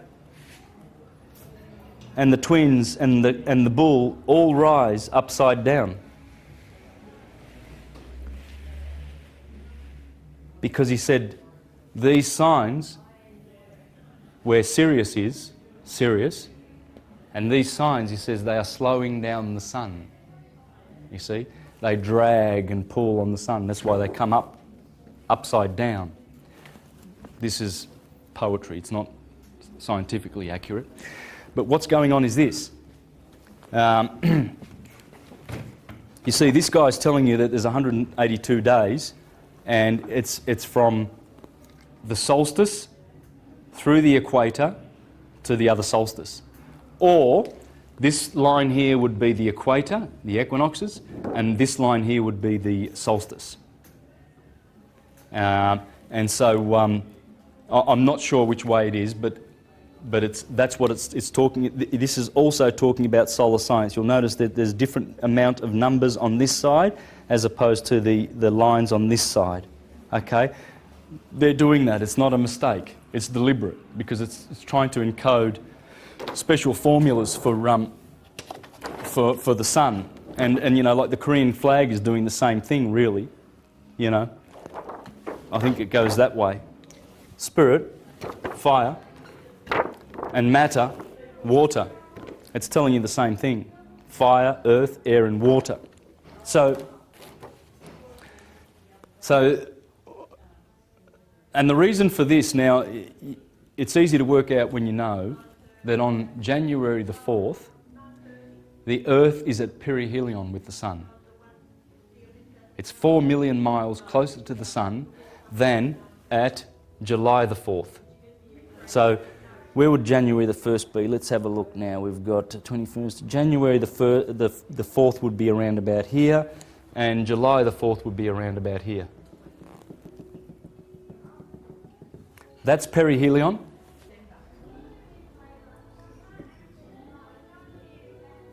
Helion is the Sun. So it's basically, it's perigee. Perigee. So let's, in our elliptical orbit, if there's the Sun, our Earth will be like, in its orbit, it will be like here, closer to the Sun, 4 million miles, by the way, and it has nothing to do with summer or winter. That the Earth being closer to the Sun down here in July the 4th, January the 4th, perihelion, that has got nothing to do with the temperature. Nothing at all. That's the tilt. Okay? So this is perihelion, and this is aphelion. Aphelion is here. July the 4th. You know, when you get all your Independence Days, all countries around the world celebrate, whether it's Canada, you know, Venezuela, whatever, many countries around the world have their independence over here because the Sun is conjuncting Sirius. Sirius is the one who gives independence and freedom. She is the Statue of Liberty. It's Sirius, the mother of the system. She dominates the whole star system that we're in. Okay, so that's why there's drag.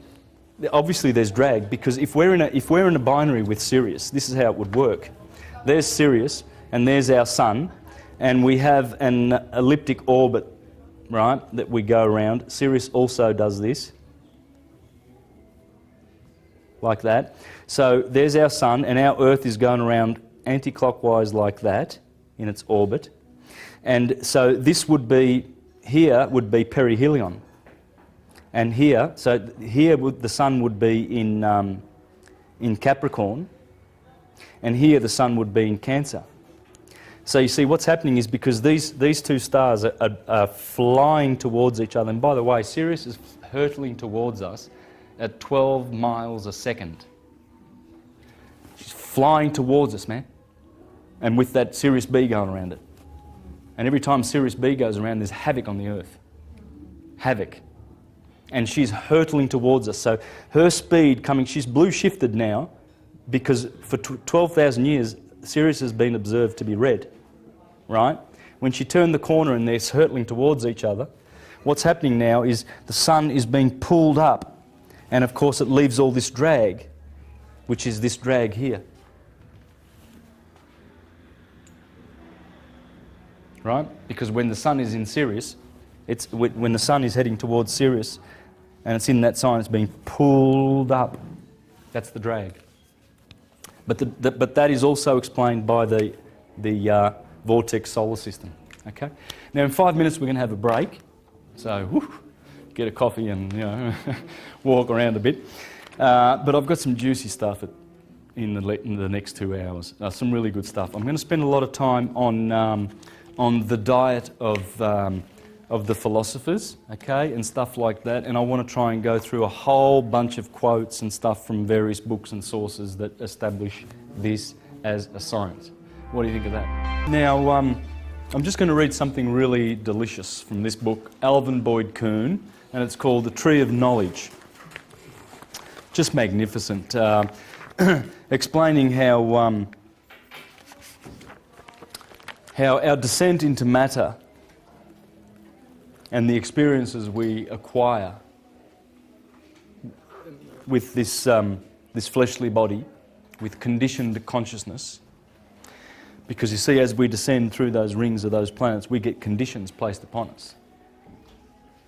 And they are heavy cloaks, heavy garments that the planets bestow on us.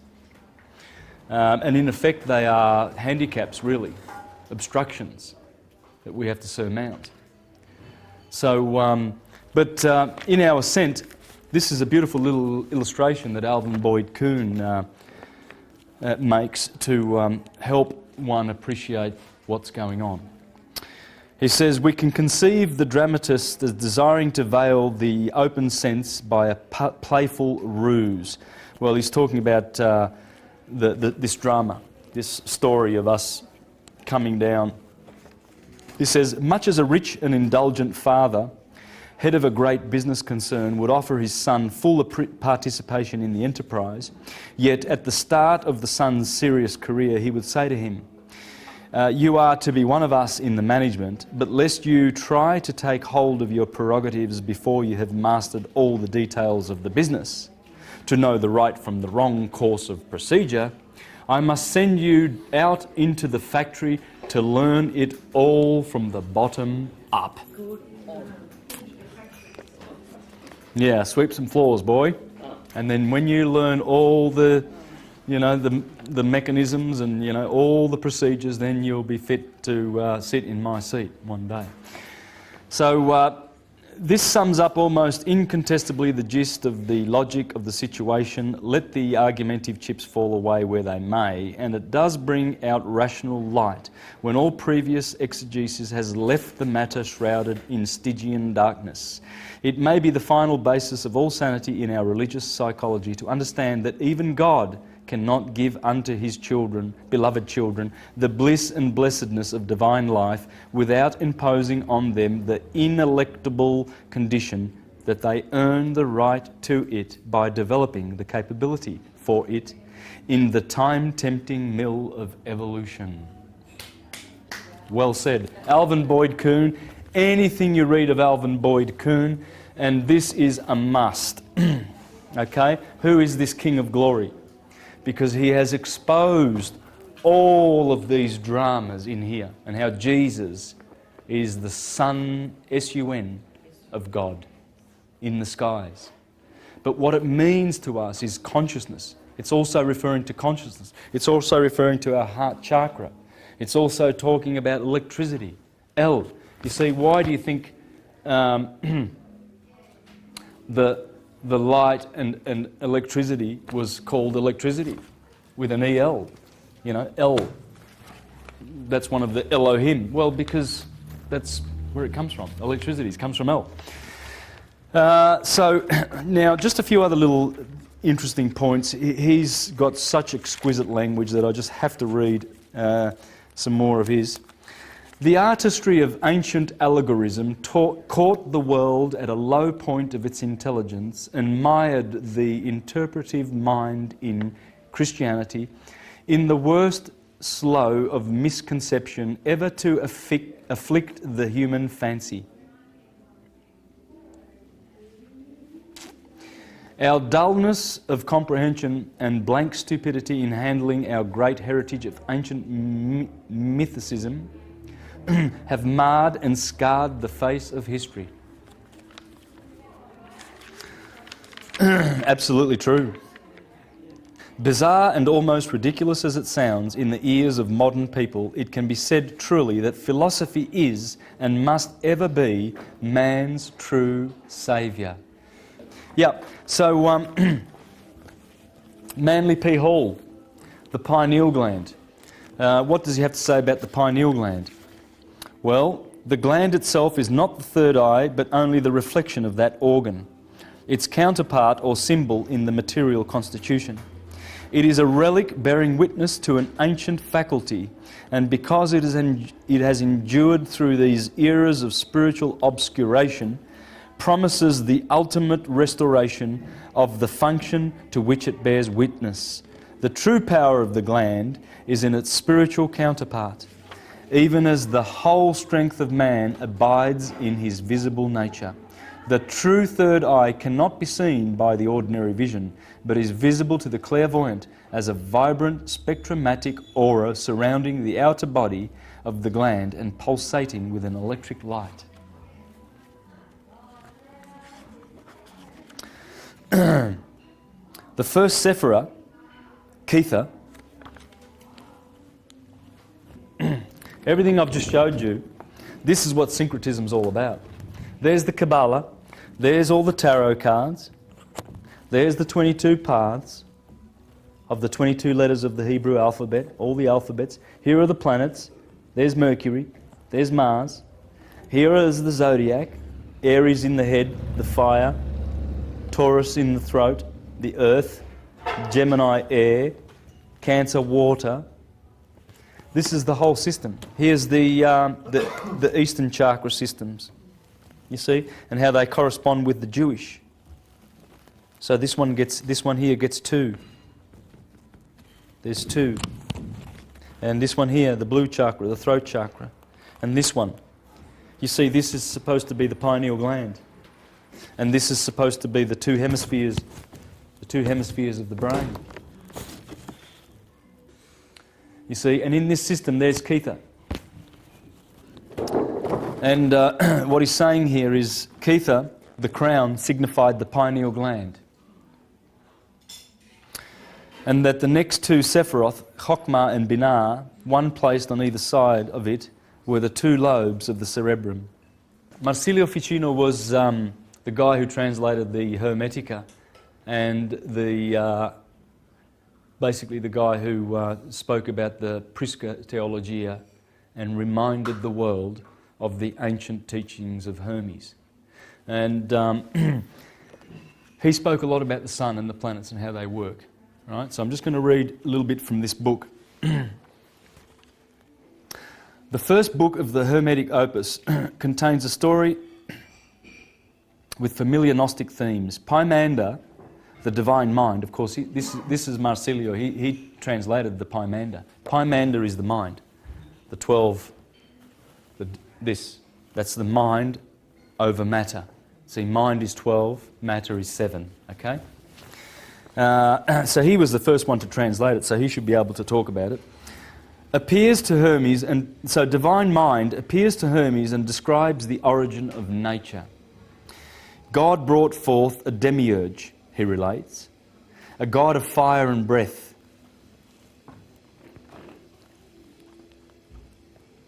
who fashioned 7 governors, who envelop with their circles the sensible world. All of the lower world depends upon the 7 governors. Then the Father God created a man in his own image, a man so beautiful that God fell in love with him. He allowed the man to enter the sphere of the demiurge and there to behold the 7 governors. Obviously the pattern of mankind comes from here. That's what it's talking about. But he allowed that pattern to be introduced into this solar system. Okay?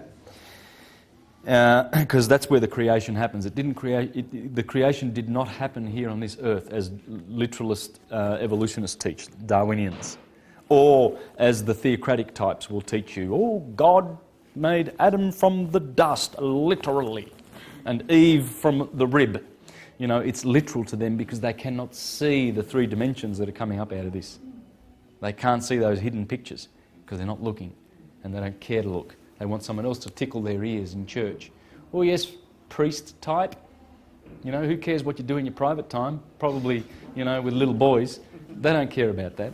And they offer no protection to their children when they bring them to church because there is no protection for children in any of the Christian corporate churches because they don't deal with pedophiles in, you know, with justice and out there and the law and the police and everything. No, it's all in-house. We take care of this in-house because we don't want Jehovah's name to be spoiled. Poor Jehovah. And of course God is concerned about that, isn't he? Oh, don't you dob Brother Smith in because he's just raped 6 boys in the congregation. Don't you do that. I've got a name to protect up here, please. This is how they think and they love it. I've seen it. I was a Jehovah's Witness for 22 years and I saw how they treated pedophiles. Just like that. Just as I have said. It's disgraceful. It's murderous. They are murderers. This This is what frees. Then the Father God created a man in his own image, a man so beautiful that God fell in love with him. He allowed the man to enter the sphere of the demiurge. That's Kronos, the demiurge. He's the boss of the demiurge, Saturn. And there to behold the 7 governors. They too fell in love with him and gave him part of their rule. Finally, the man broke through the circles of the governors to know the power of God himself. And that's what we're doing today. We're learning how to break through the circles of the governors to get to God himself, which is who? None other than you. Because there ain't no God out there but you. It's all us. It's all one. One consciousness. And that's what these guys knew. And they were trying to save us from the division of all the 30,000 Christian denominations that have separated us. Methodist on one corner and Presbyterian. And they all say, oh, it's good to have the churches in our community because it brings unity into the community and it brings cohesiveness and all sorts of Christian values. Really? No.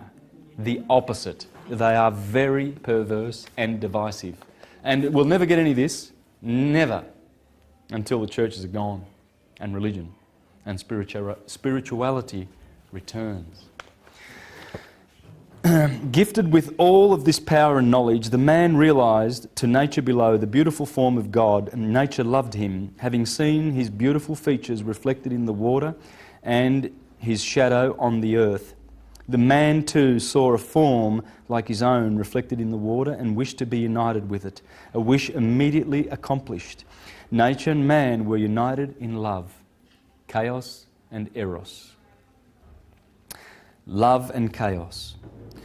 Thus, mankind has a double nature, mortal in his body, immortal in the essential man. His mortal nature is under the dominion of the planets, but his immortal nature is not. That's reading from page 56 of The Planets Within of Marsilio Ficino.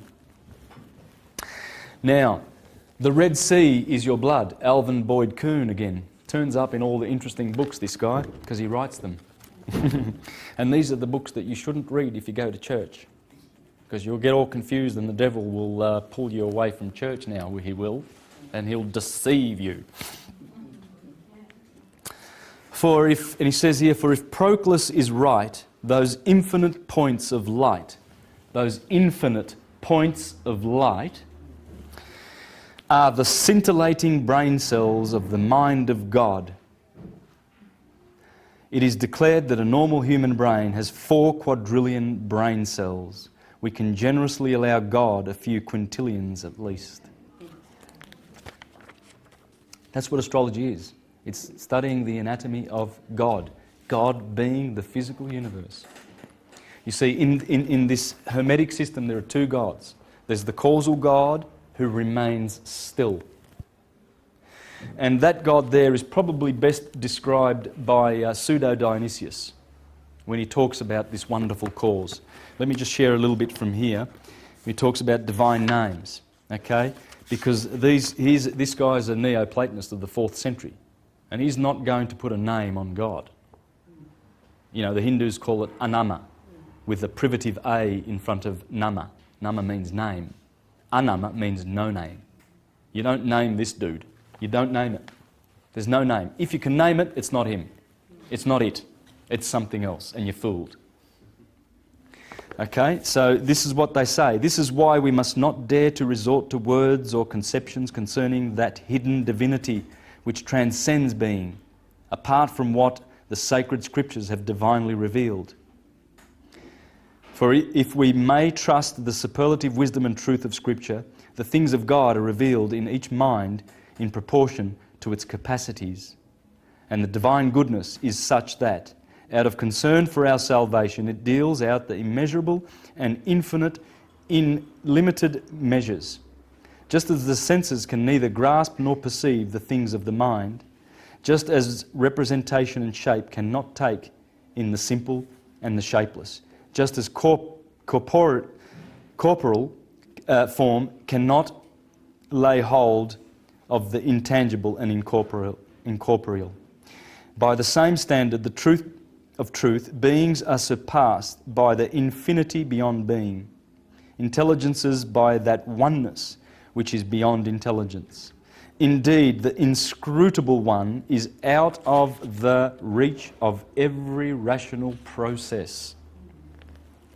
I can go on. I mean, the divine names is full. This is the kind of divine enlightenment into which we have been initiated by the hidden tradition of our inspired teachers, a tradition at one with Scripture.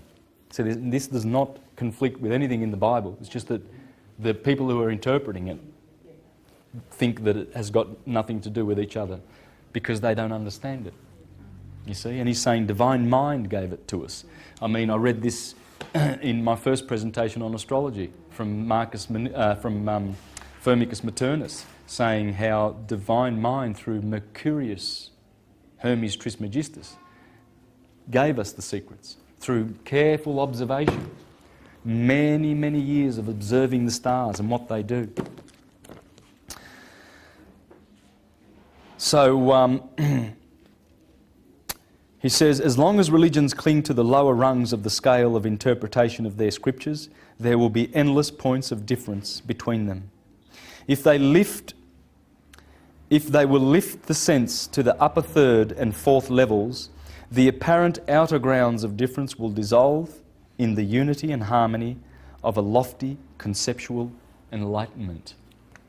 Here's another great one, Manly P. Hall, the Occult Anatomy of Man, in which here he explains that the Holy Land is the body. And he exposes all of these from the Scriptures. I'll just give you some examples. The sacred river is the spinal canal, which has its source among the peaks of the mountains. The holy men in their retreats represent the spiritual sight of the human brain, and there are 7 sleepers of the Quran who must remain in the darkness of their caves until the spirit fire vitalizes them. The brain is the upper room referred to in the Gospels, where Jesus met with his disciples. And it is said that the disciples themselves represent the 12 convolutions of the brain. It is these 12 convolutions which later send their messages by means of the nerves into the body below to convert the Gentiles or preach the gospel in the Middle Earth. You see?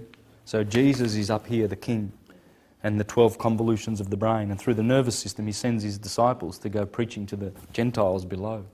And the Gentiles are down here in Sodom and Gomorrah, because that bottom chakra, where sodomy happens, is called Sodom.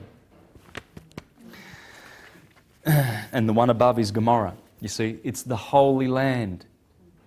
The Jordan is here, it's in the head.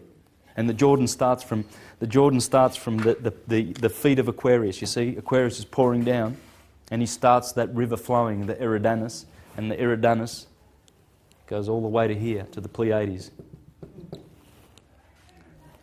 The 7 sisters. Who are the 7 sisters? They're everywhere. Those 7 just appear everywhere in our culture. Subaru, the Pleiades. It's the pineal gland, right? There it is. And that's the Eridanus. You see, so John the Baptist, January. Janus is John. That's just John. Don't be fooled. This month used to be called the baptism month, because as the sun climbs up from the 25th of December here, he gets a hell of a baptizing by January the Baptist, the water bearer. And he says, look, the Lamb of God who takes away the sin of the world. And he baptizes him in the Jordan. That's the Eridanus. There's a lot of this stuff in here. Okay, I'm not going to be able to dwell much on this, but Pythagoras taught on the internet. Or you can go to the Theosophical Society on Russell Street. They have a lot of this Manly P. Hall stuff, and most of these guys, you can order it through them.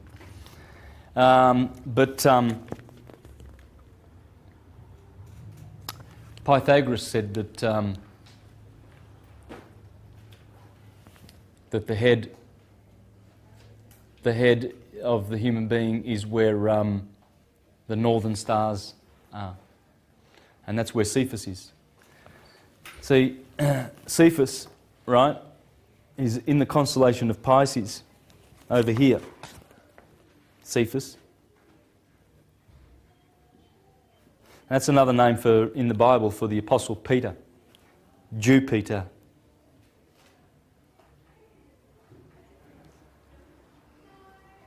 Jupiter. That's Peter. Peter. And this is the head, you see, according to Pythagoras.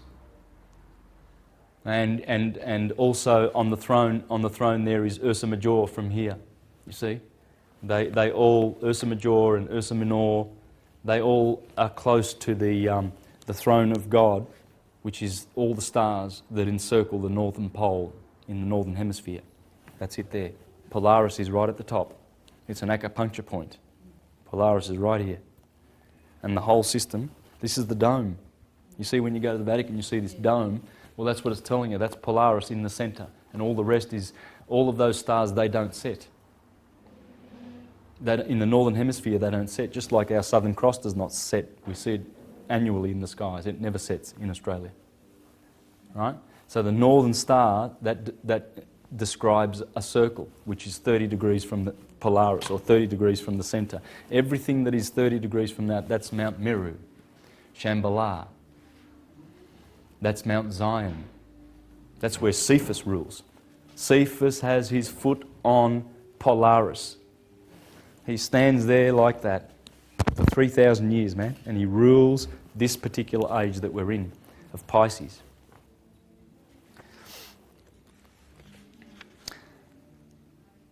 So the spirit not only leaves, but also enters the body through the crown of the head, probably giving rise to the story of Santa Claus and his chimney.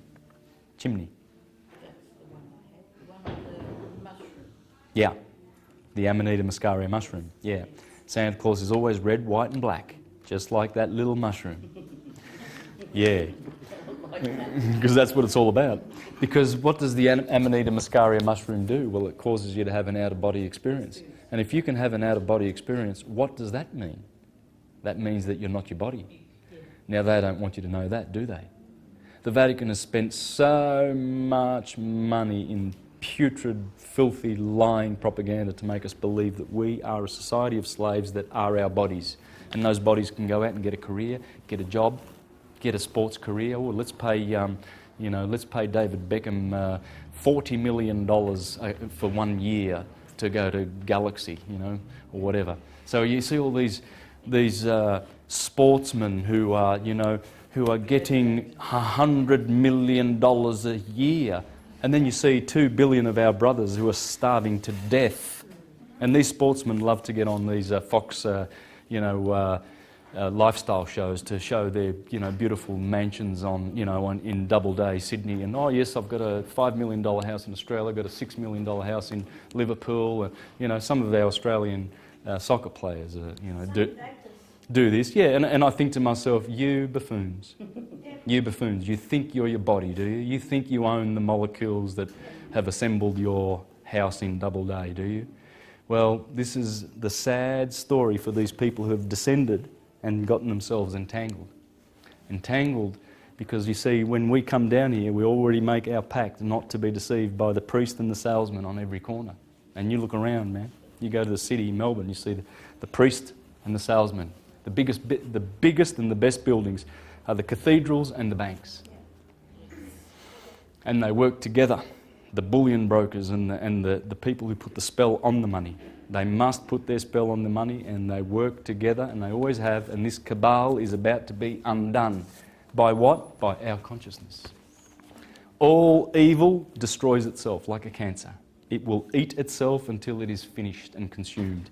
Just watch how the Rockefellers start killing the Rothschilds, and the Rothschilds start killing the Morgans and the Schiffs and the Warburgs, and you watch what happens now. You'll see heads are rolling because Saturn, here, the guy that they pay so much homage to and harvest his energy to enslave the rest of mankind, is going to give them a bit of justice. The 2 lobes of the cerebrum were called by the ancients Cain and Abel. Cain, Abel. Male, feminine. This guy kills this guy. In fact, that's why they won't let you write with your right hand. You see, because the left brain is masculine and it dominates this hand ruled by Mars. That's Mars, this is Mars. This is the killing hand, you see. If they can get you, and if they see you working with your sinister hand, left hand, they soon smack that out of you and you're writing with your right hand. Yeah, to keep you really unbalanced, rather than teaching us to be ambidextrous, right? Or perhaps if you're inclined to be left-handed, we'll go for it, and that will balance out the two hemispheres. They want us in here, because this fella, he sees the trees, he don't see the forest. Okay? They need the feminine side to do that. And have much to do with the legend of the curse of Cain, which is literally the curse of unbalance. You see, this is the unbalance is happening here, where Orion, that's Cain, is killing the bull, Abel. Abel is a bull, Abel, El. And that's what's happening here. The two hemispheres are here in the brain. The human brain is here, you see, and Cain, Orion, is killing the bull, his brother. And that's the unbalance, or the spirit of equilibrium. For the murder of the spirit of equilibrium, Cain is sent forth a wanderer upon the face of the earth. The spinal cord is an elongation of the brain, and some authorities even claim the cord to be capable of intelligence throughout its entire length. This cord is the flaming sword which is supposed to have stood at the gates of the Garden of Eden. The Garden of Eden is in the skull, within which is a tree bearing 12 manner of fruit. Remember I said this is the Garden of Eden. It can't be here. This is where all the vital organs are of the body, and these are the best of the vital organs. This is the heavens, the earth, and hell. Right? Huh? Da, da. And so there is where all the good stuff's happening. In fact, Aries is the mid-heaven. I discussed that in my astrological presentation 2 weeks ago, where this guy explains clearly that the ancients gave us the chart of the universe, the birth chart of the universe. And in that, Aries is the head. Because it is. It's the mid-heaven, rather, not the head. Aries is the mid-heaven. See, in astrology, the mid-heaven is when the sun climbs to that point. And in your chart, it deals with the 10th house. And that's Capricorn. And because Capricorn is where Saturn is.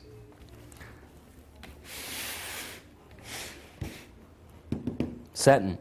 So the 10th house, you see, although the houses go down from the ascendant, they go down this way. That'll be the first, second, third, when you're doing your astrology. To understand the meaning of the house and what it stands for, you have to go this way. So if Aries is the first house, which is to do with your life and you, Taurus is the second house, which has to do with material abundance and wealth because of Venus, etc. This one has to do with short trips and brothers. This has to do with family. Yeah. This has to do with pleasure. This has to do with illnesses, the house of death, etc. When you get to this guy, that's your mid-heaven. Because when the sun, remember Hercules climbing up to the pillars of Gemini? And he finally gets up there and he slams down those pillars because he's conquered the holy mountain. Well, that's where you get your honours, and it happens in Capricorn, where Saturn is. Because Saturn's the old man who does 30-year orbit.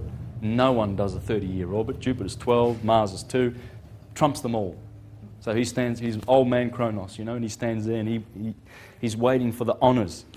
That's why I always look at your 10th house in astrology and see what planet is there and what goods are there for you to see, you know, how you will be honoured spiritually, not necessarily by the world. You don't need to worry about that. You know, you don't have to get an Academy Award or anything like that, because that's, you need to sell your soul to get to that level. Most people, trust me, 99% of the actors have sold their souls to get to the top there.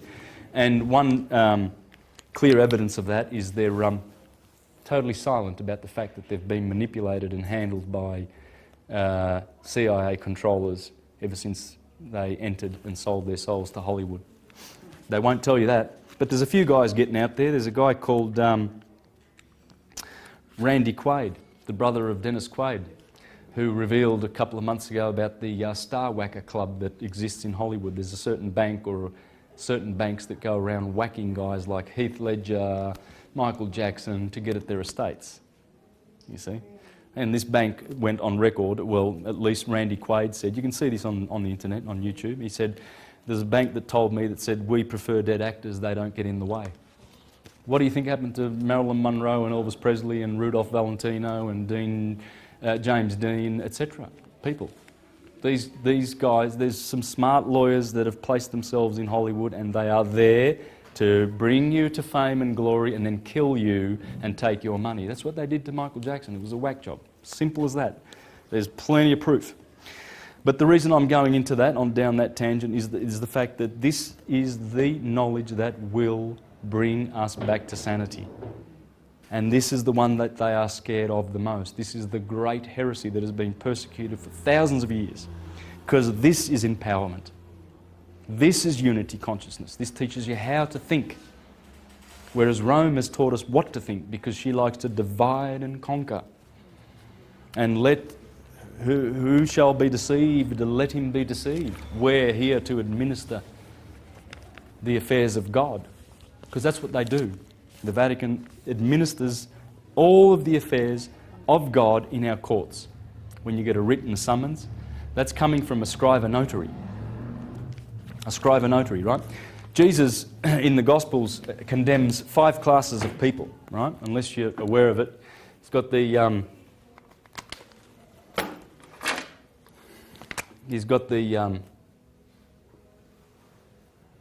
Sadducees. I'm spelling this wrong, I know that. Please don't pay. The Pharisees, the scribes, lawyers, and tax collectors. That's it. And who are they? Are they still around? Oh yeah, you better believe it. These guys, scribes,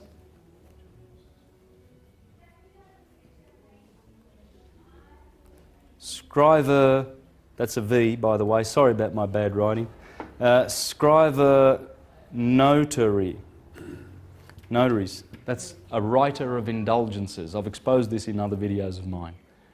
You see the scribes? That's why he doesn't like the scribes. The Pharisees, these are people that, you know, like your priests and your money changers.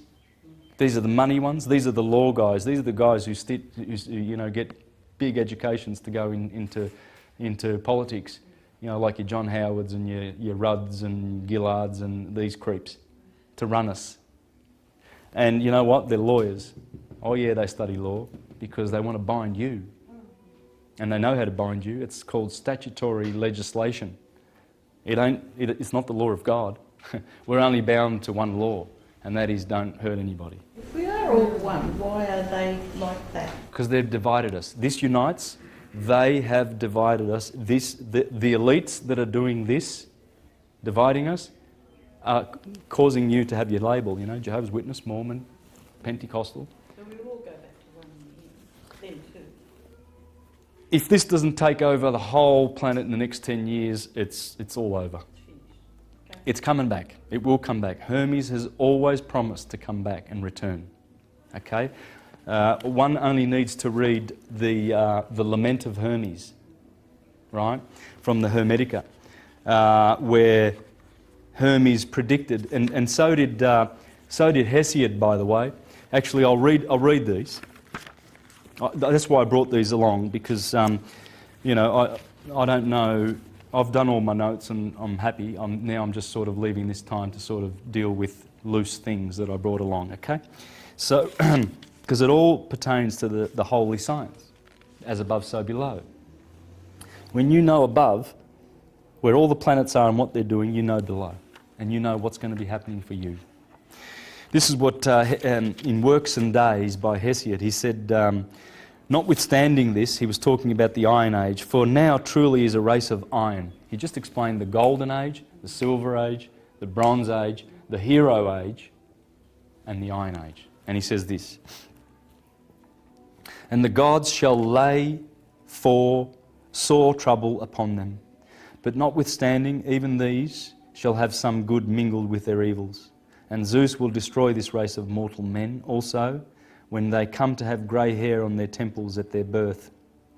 The father will not agree with his children, nor the children with their father, nor guest with the host, nor comrade with comrade, nor will brother be dear to brother as aforetime. Men will dishonour their parents, and they will grow quickly old, and will carp at them, chiding them with bitter words. Hard-hearted they, for not knowing the fear of the gods. They will not repay their aged parents the cost of their nurture. For might shall be their right, and one man shall sack another's city. There will be no favour for the man who keeps his oath, or for the evildoer and the violent dealing. Strength will be right, and reverence will cease to be, and the wicked will hurt the worthy man, speaking false words against him, and will swear an oath upon them. Envy, foul mouth, delighting in evil, and scowling face will go along with wretched men, one and all. So there's no hope for the Iron Age. Hesiod said that. In the Bible, 1 Timothy chapter 3, it says, "For in the last days there shall be men lovers of violence and greedy and slanderous and etc., etc." Hermes did that. Now, of course, this is the original. This is the original. And in the Lament of Hermes, he says, "No one, I see times to come, no one will pursue philosophy with single-mindedness and purity of heart. Those with a grudging and ungenerous temperament will try to prevent men discovering the priceless gift of immortality. Philosophy will become confused, making it hard to comprehend.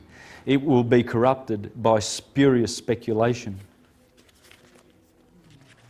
This is long. This is a long prophecy. But Hermes foresaw because he knew the cycle. He knew that the golden age that Saturn bequeathed to Jupiter, and then Mars and then Venus and all these planets have taken over, and respectively we've been in Jupiter for 2,000 years. Jupiter's now giving back the reins to Saturn. Before that was Mars. There was a lot of wars going on in that time. And then Taurus, there was a lot of, bull worship and Mithra and slaying of bulls, and the Hindus with their, reverence for the bull, etc. The Egyptians for Hathor. It comes from the age. You see, you always honour the sign that the sun is in. For instance, during the year, you get to, this is what they call Lent, the days of Lent, 40 days. Well, they eat fish, don't they? Because of Pisces, right? And then you eat lamb, and then you eat beef. You'll see that you just look at the holidays of the religions and what they're observing, and you'll see that it all goes in with above. Everything above dictates what happens below. Everything. Egypt is an image of the heavens, and the whole cosmos dwells there. In this its sanctuary, but the gods will desert the earth and return to heaven, abandoning this land that was once the home of spirituality.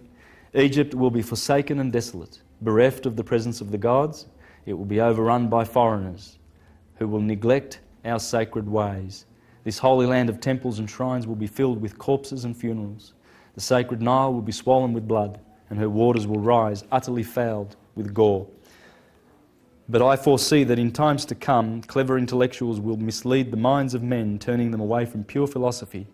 It will be taught that our sacred devotion was ineffectual, and the heartfelt piety and assiduous service with which we Egyptians honour Atum was a waste without reward. Egypt will be widowed. Every sacred voice will be silenced. Darkness will be preferred to light. No eyes will rise to heaven. The pure will be thought insane, and the impure will be honoured as wise. The madman will be believed brave, and the wicked, look at it, like George Bush, turns up, in Iraq with a military uniform and hops off the helicopter, and all these idiots who watch Fox, and all those buffoons, Glenn Beck and all those idiots on there spewing forth their vomitous lies, and they think, oh, George Bush is a hero, he's a hero. Well, Egypt's just telling us they're buffoons. The buffoons are the ones that are called heroes. And the heroes, we put them in mental asylums like Ezra Pound. You know? The true heroes, the true aristocratic, spirit-loving, wise philosophers, they get thrown into mental asylums. That's what it's saying. Knowledge of the immortal soul will be laughed at and denied. No reverent words worthy of heaven will be heard or believed. Nothing will remain of your religion but an empty tale, which even your own children will not believe. Nothing will be left to tell of your wisdom but old graven stones, etc., etc. So you see, Hesiod said it, Homer said it, the Bible says it. It's the Dark Ages. It's simple as that. These are the Dark Ages. Iron, there's 2,000 years of iron and a lot of bronze here. We've had basically 5,000 years of the time of Amun, 5,000 years of the time of Amun, which means hidden, according to Stephen Miller. You see? And according to Stephen Miller, he says that Akhenaten, who was around about here, tried to bring back the age of Aten, which was here. This was the age of Aten over here, going back here. Aten, and this is Amun. 5,000 years of darkness, according to the Egyptians, the indigenous wisdom keepers. Now, the philosophers also spoke much about what we need to do in our thoughts, our speaking, our actions. For instance, Epictetus and Seneca, first century philosophers. Marcus Aurelius based a lot of his wisdom on Epictetus's writing. And by the way, these are the two philosophers that most people suspect in history that Christian principles were based on, these guys. Seneca was Nero's philosopher and Epictetus was a contemporary. And there are scholars out there who swear black and blue that these are the two guys. Because when you read, you read Epictetus or Seneca and you will find principles that leave this book for dead.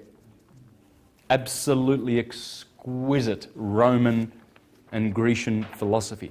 It's exquisite because it comes from a higher school, comes from a higher consciousness. They remembered the ancients.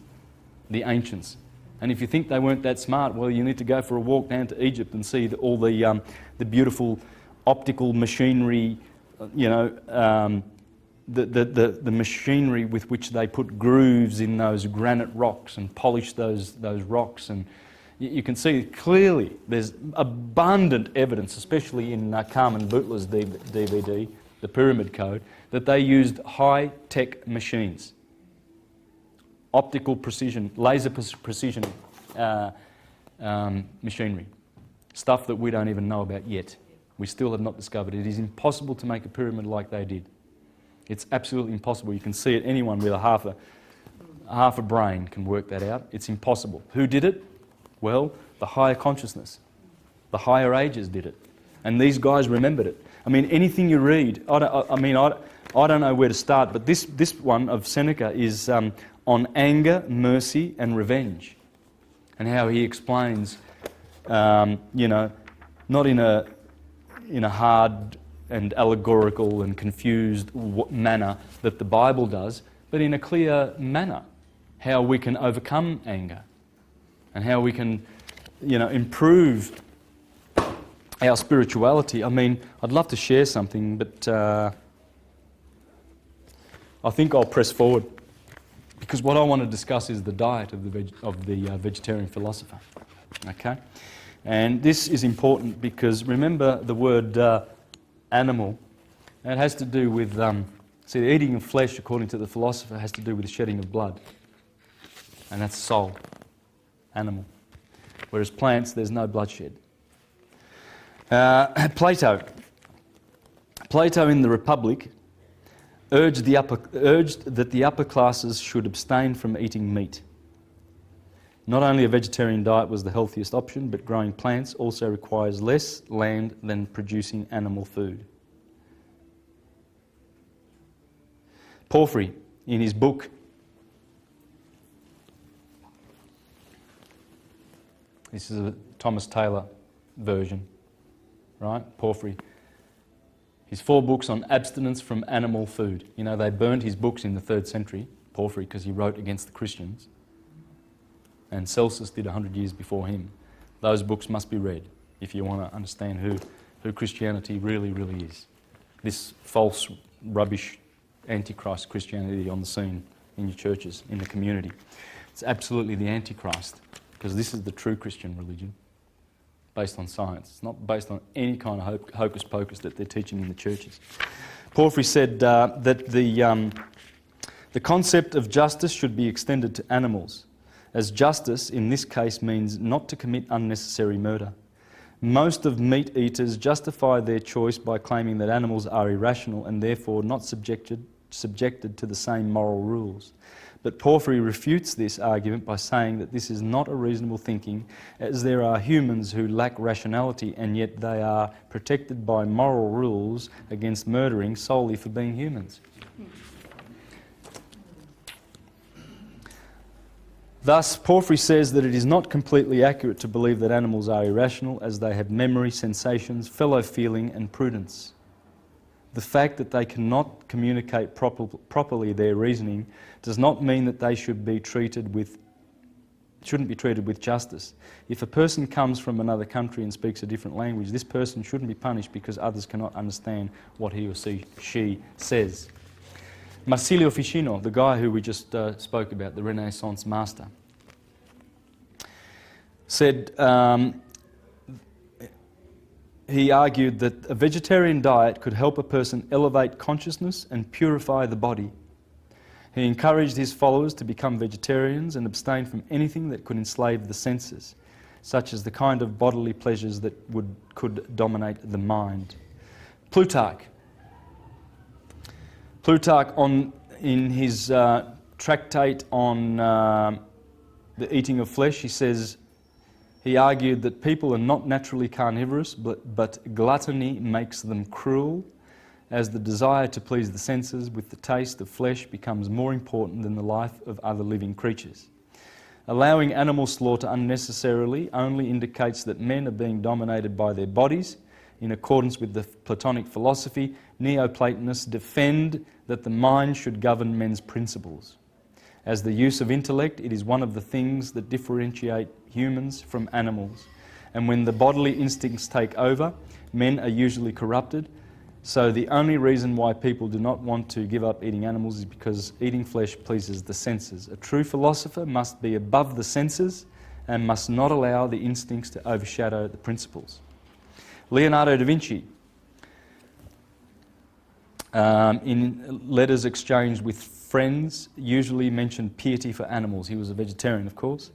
And it is said that he bought birds at the market only to set them free. As a good Neoplatonist, Da Vinci assumed that killing animals just to satisfy one's desires for flesh was absurd. It attests to the incapability of having control over the senses. Plato called this kind of behaviour tyranny of the senses. With the intellect, when the intellect learns that something is morally wrong, but the physical body ignores this principle in the name of its satisfaction. Plutarch says, "We can claim no great right over land animals which are nourished with the same food, inspire the same air, wash in, drink the same water that we do ourselves, and when they are slaughtered, they make us ashamed of our work by their terrible cries. And then again, by living amongst us, they arrive at some degrees of familiarity and intimacy with us." He goes on to say, Plutarch, in his essay on flesh eating, "If they could now assume consciousness and speak, they might exclaim, 'O blessed and God-loved men who live at this day, what a happy age in this world's history has fallen to your lot, who plant and reap an inheritance of all good things which grow for you in ungrudging abundance. What rich harvest do you not gather in? What wealth from the plants, from the plains? What innocent pleasures is it not in your power to reap from the rich vegetation surrounding you on all sides? You may indulge in luxurious food without staining your hands with innocent blood. While as for us, wretches, Our lot was cast in an age of the world the most savage and frightful conceivable. We were plunged into the midst of an all-prevailing and fatal want of the commonest necessities of life from the period of Earth's first genesis. While yet the gross atmosphere of the globe hid the cheerful heavens from view, while the stars were yet wrapped in a dense and gloomy mist of fiery vapours, and the sun, Earth itself, had no firm, regular course. Our globe was then a savage and uncultivated wilderness, perpetually overwhelmed with the floods of the disorderly rivers, abounding in shapeless and impenetrable morasses and forests. So what he's saying there is the animal feels, what a time to be alive at this, the worst time in which humans just come along and just rip your head off and eat you. That's from the point of view of the animal. Nothing puts us out of countenance, not the charming beauty of their form, not the plaintive sweetness of their voice or cry, not their mental intelligence, not the purity of their diet, not superiority of understanding. For the sake of a part of their flesh only, we deprive them of the glorious light of the sun, of the life for which they were born. The plaintive cries they utter we affect to take to be meaningless, whereas in fact they are entreaties and supplications and prayers addressed to us by each which way. Is it not the satisfaction of your real necessities we deprecate? It is not the satisfaction of your real necessities we deprecate, but the wanton indulgence of your appetites. Kill to eat, if you must or will, but do not slay me that you may feed luxuriously. So in other words, the animal's saying, I don't begrudge you, you need to eat. But must you slay because for your better eating? You've already got eating. There's already food out there. There's cherries and apples and bananas and carrots and pumpkins. Why does blood need to be spilled? This is the thinking we might have to address if it concerns us. Alas for our savage inhumanity. It is a terrible thing to see the table of a rich man decked out by those layers of corpses, the butchers and cooks. A still more terrible sight is the same table after the feast. For the wasted relics are even more than the consumption. Have you seen this? I'm privileged to be able... I'm a musician, a professional musician, so I get to do corporate functions, So, you go to a function of, say, a bank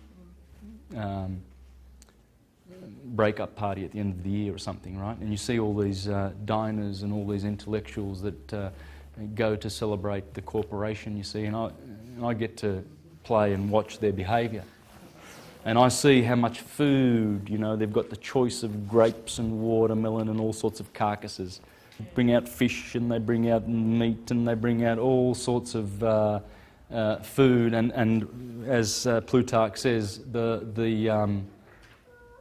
the wasted relics are even more than the consumption. And yet people are starving to death on this planet.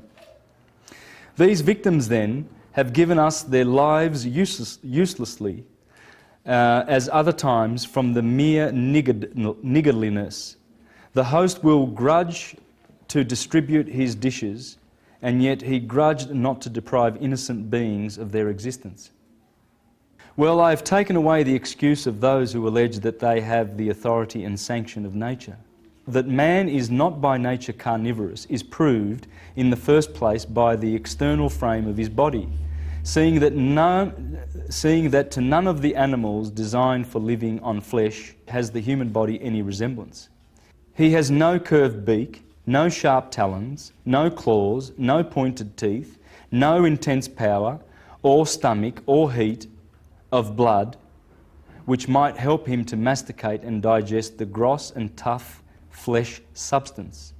On the contrary, by the smoothness of his teeth, the small capacity of his mouth, the softness of his tongue, and the sluggishness of his digestive apparatus, nature sternly forbids him to feed on flesh. And that's what Sri Yukteswar says in The Holy Science. There's a chapter there on flesh. And it's absolutely not for human consumption. And it really upsets me when people who take the philosophical stance and try to be teachers, in the truth movement and etc., and who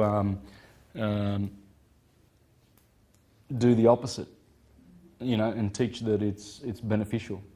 And I know that people are doing this, and it just really, really makes me so distraught. It's absolutely not beneficial at all for anything. There's nothing beneficial in eating flesh at all. Not a thing. Nothing. It's toxic.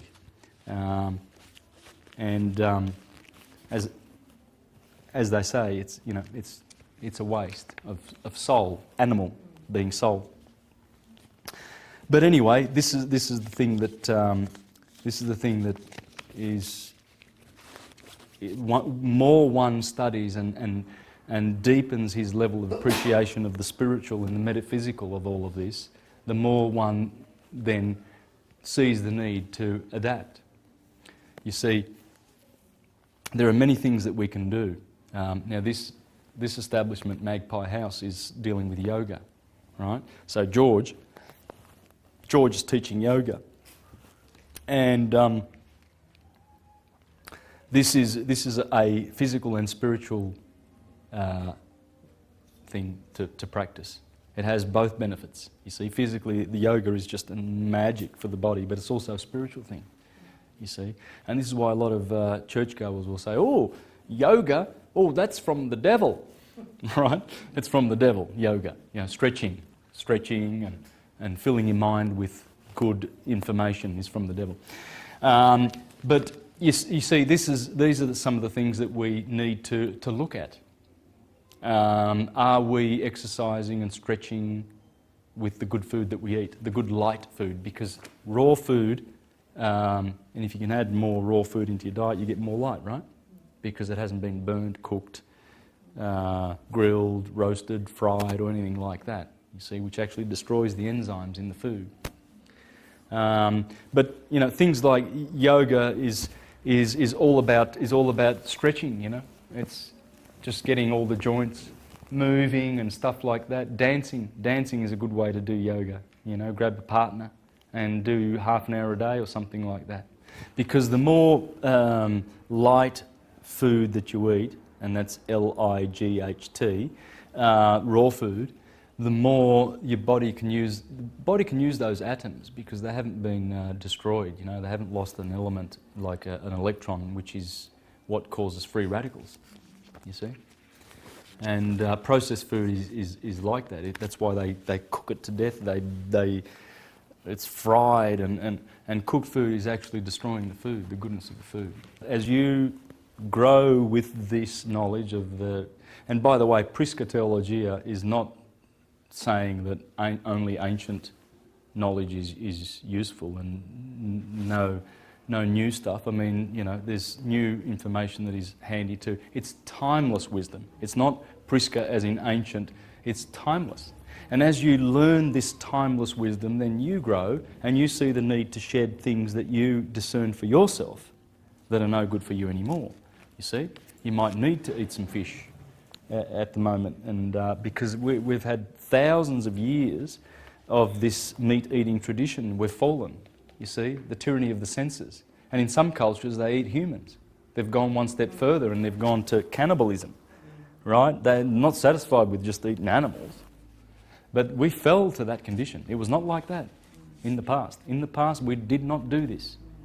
And I've got proof of that. You've got Ovid in the Metamorphosis 2,000 years ago saying that, please, he's saying to fellow humans, because he was Pythagorean, and they were all, every philosopher was a vegetarian, right? So, the great philosophers, that is, all of them.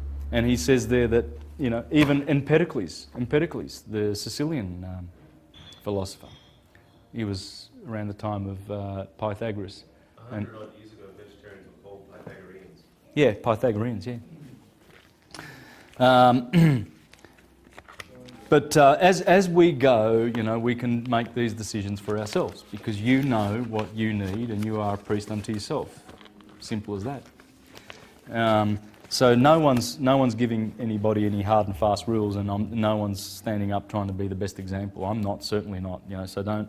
I try to tell people just I'm not there to give real deep and specific advice of any way to live. I know yoga's good. I do it. I practice my own yoga at home. I do my own stretches and look after. I feel which muscles need, a stretch, elongation. Where I might do a little bit of dancing to relax or something like that. Breathing is very, very important to learn how to breathe. Unfortunately, a lot of people are breathing incorrectly. Right? You see them do this. They suck in here and they breathe in here when they're breathing in. That doesn't make sense. If you blow into a balloon, it expands, right? So when you're drawing in, everything should be just going straight down through the diaphragm, right down the bottom. It should be sort of going all the way down to the feet, if you can. You envisage the breath going down to the feet almost, and expansion. And then when you blow out, then you can contract, But I can see people's breathing from a long way away. I can see whether they're breathing correctly or not. That needs to be corrected first, because once you can get... and there is a philosophical school that suggests that you've been given a certain number of breaths. Yeah, you've been dished out a certain number of breaths, and once they expire, you expire. That's what they say. So they teach, and I think it's in the East where they say, so breathe slowly, because you're going to live long. Yeah. And you'll find most of these geniuses and most of these great inventors. Francis Crick, for instance, discovered DNA on LSD. Okay? This is why the likes of Aldous Huxley and Timothy Leary, advanced the idea that, we need to try some good, mind-expanding, natural plants that have DMT in there. DMT is what the pineal gland produces, you see, dimethyltryptamine, and it causes you to have visions. This is the visionary eye. Yeah, well, the war on drugs is basically, it's a confused war, because why would they be attacking plants that are just growing like psilocybin mushroom and plants that have DMT when they should be going after George Bush, when he declares a war on drugs, he should be going after, your barbiturates and your what other sort of drugs that are bad. Not lumping them in with entheogens, psychedelics, and hallucinogens. And that's what they're doing. They're doing that because they are the ones who make the drugs. They are the drug traffickers. And they've been exposed many times, so I'm not just making this up. George Bush has got a big drug-pushing cartel going. And that's why he has his war on drugs, so he can get funding from taxpayer money for it, so that they've got, big police force, and they're all already taking care of the drug trafficking, and they can use that to disguise their war on drugs to get people who are taking cannabis, for instance, which is a mind-expanding drug. And this is what they do. They're all very, very clever. Now, just a little bit more. We've got Porphyry now. He says, it does not follow, if we have more intelligence than other animals, that on this account they are to be deprived of intelligence, as neither must it be said that partridges do not fly because hawks fly higher. Someone, therefore, may admit that the soul is copassive with the body, and that the former suffers something from the latter. It must be demonstrated, therefore, that there is a rational power in animals, and that they are not deprived of prudence. And in the first place, indeed, each of them knows whether it is imbecile or strong, and in consequence of this, it defends some parts of itself, but attacks with others.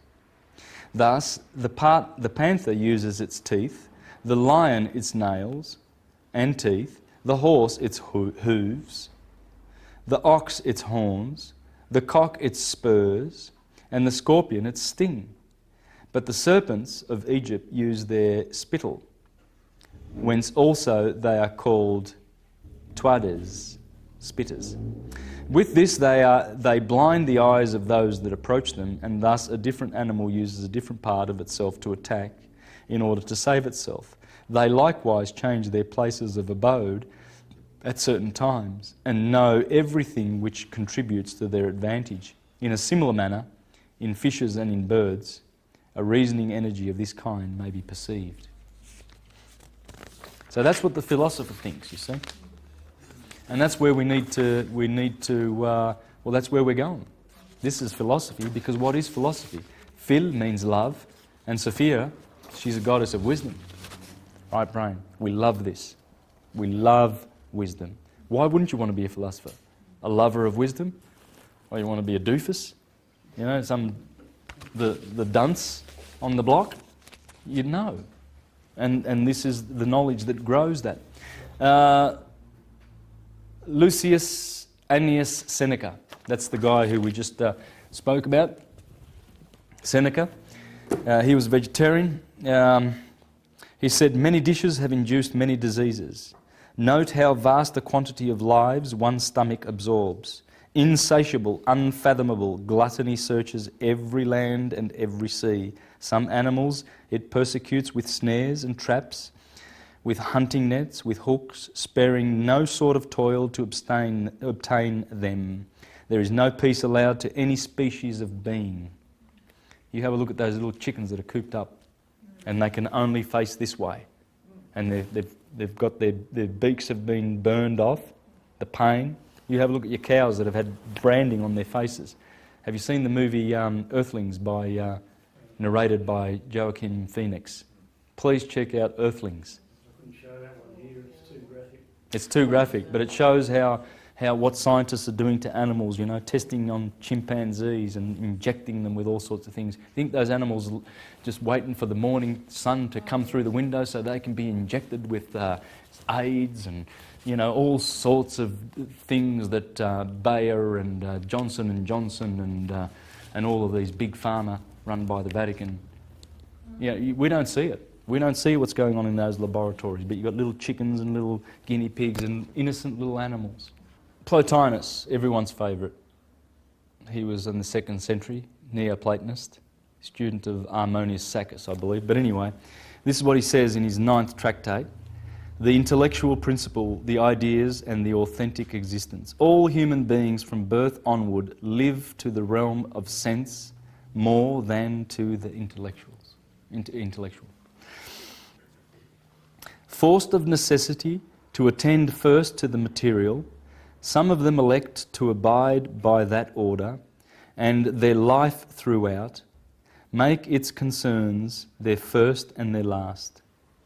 The sweet and the bitter of sense are their good and evil. They feel they have done all if they live along pursuing the one and barring the doors of the other. And those of them that pretend to reasoning have adopted this as their philosophy. They are like the heavier birds which have incorporated much from the earth and are so weighed down that they cannot fly high for all the wings nature has given them. You know that pelican, right? When he grabs a big fish, right, and he tries to get away. He's got too much fish in his mouth, right? He's saying people have, you know, filled their heads with opinions, you know. Oh, and my opinion's right, yours is wrong, and, you know, and I think it should be like this, and it's all heavy with opinion, and they can't fly. Because it says all human beings from birth onward live in the realm of sense. You see, when you trust those 5 senses, you know, what does it feel like? Feels like an elephant. Right, right, but it could be a bear, and it's about to, you know, eat you. You know, you can't trust your senses. You can't trust your sight and your hearing. You know, and that's where this mind, the 6th sense, this is where. Well, I mean, we have to trust our senses, don't we? That's what we've got. That's what the brain. I mean, I'm seeing you by virtue of my eyesight. So my brain's telling me that you're there. So I need that so I know who I'm looking at, right? But But these are pure. What is seen through the eye is not how it really is. It's the reality of appearances, you see. Just your perception, and everybody's perception can be different. That's right. Others do indeed lift themselves a little above the earth. The better in their soul urges them from the pleasant to the nobler. But they are not of power to see the highest, and so, in despair of any surer ground, they fall back in virtue's name upon those actions and options of the lower form, of the lower from which they sought to escape. But there is a third order, those godlike men who in their mightier power, in the keenness of their sight, have clear vision of the splendour above and rise to it from among the cloud and fog of earth and hold firmly to that other world. Looking beyond all here, delighted in the place of reality, their native land, like a man returning after long wanderings to the pleasant ways of his own country. You see, what they're saying is eventually the godlike one, or the one that looks for God, the cause of it all, he just doesn't satisfy, he's not satisfied with studying effects. He wants to know the causes, you see. Then he returns back to that land. After he does mighty searches, he searches for the truth. And what is the other place, and how is it accessible? It is to be reached by those who, born with the nature of the lover, are also authentically philosophic by inherent temper, in pain of love towards beauty, but not held by material loveliness. You see that pelican? That loveliness of that fish, but it can't fly, so it gets killed. Taking refuge from that in which... taking refuge from that in things whose beauty is of the soul, such things as virtue, knowledge, institutions, law and custom, and thence, rising still a step, each to the source of this loveliness of the soul, thence to whatever be above, that again, until the utmost is reached. It's just exquisite. Plotinus's... Here is the Nag Hammadi Gospels, okay? Now, they are hermetic. They talk about Jesus, but not as a historical person, because that's how Jesus should be spoken about. Jesus is not a historical person. In the scriptures, he is defined as the Logos. Remember? The Logos. That's where speech... See, this is the Father, the thinker. And then the Logos speaks forth, and then the Holy Spirit gets sent in Gemini to go and work. You see? So it's the Logos, it's the wisdom. It's just divine wisdom of Hermes.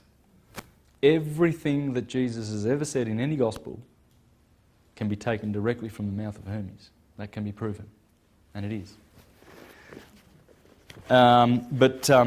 There's a gospel called The Discourse on the 8th and the 9th. And that's what I'm encouraging you to read. The 8th and the 9th. That's talking about the 8 rings of the octave that we live in. So they were talking about that science in the Nag Hammadi documents. Okay? So I urge you to have a read of some of those if you're interested in knowing who Jesus really is. So we can put all this back into perspective, because Rome has told us that it's a historical person, and we will only have salvation by that historical person. I've proven with all my videos, not just this one, all my presentations, that is wrong.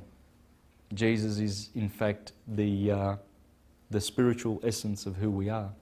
Oh look, there would have been someone historically that would have taken that name, just like there would be a historical Jesus, if you like, because the mystery school that was around in the Middle East that was churning out Jesuses was operating until Titus came along and destroyed it. Remember Titus's arch?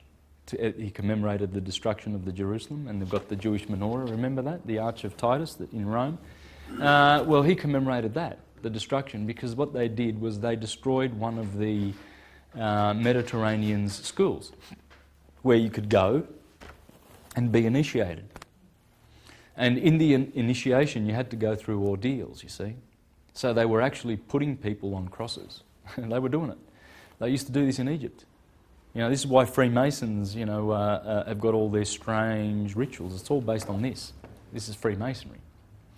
And they have to, you know, go through the ordeals just like the son goes through the ordeals, betrayal, and then, you know, blindfolded, and then killed, and then he's got to climb up and run away from his enemies, you know. Satan is always there, and then he's got to conquer. And then, you know, there's the sign of exaltation of the sun, and here is the sign where, etc., etc. Right? That's what we do in our ordeals. Now, in the Middle East, that's what they were doing. They were bringing people, you know, they had to carry their cross up the mountain, and then they had to be hung on the cross for 3 days. And when they survived, the initiates, they were given a new name, and usually that name was Jesus. There's the Jesus. That's how it was known. It was not a historical person. It's the spiritual person in you. It's your soul. It's who you are. And then when one has achieved this illumination, one then is able to have the crown chakra pierced, and he is an illuminated chief, an Illuminati. There it is. There it is. And that is, you know, the vision that St. John had in Revelation. The moon, Mercury, Venus, the sun, Mars, Jupiter, and Saturn. All described in the first chapter of Revelation, where it says, I beheld the Lord, and his face shone like the sun. Well, that's the sun. And he had a sword that issued from his mouth. Well, that's Mars. Mars is the martial one. He's ready to fight at the drop of a hat. And he had white hair, you know, because he was the ancient one. Well, that's Saturn, old man Kronos. He's got white hair. It's all grey. He doesn't got any, you know, nice dyed hair. The belt around the paps. I mean, what's Jesus doing with, you know, with some nice little boobies? Well, and what's he doing with a belt around there, like a bra? So it's a bra, basically. Well, it's Venus. So he's describing in the first chapter of Revelation, and what happens is these are the 7 vowels of the creation, the 7 planets. These are the Elohim. That's the Elohim. He was actually describing the Elohim, the solar system, our big brother as above. Whatever it does, we do.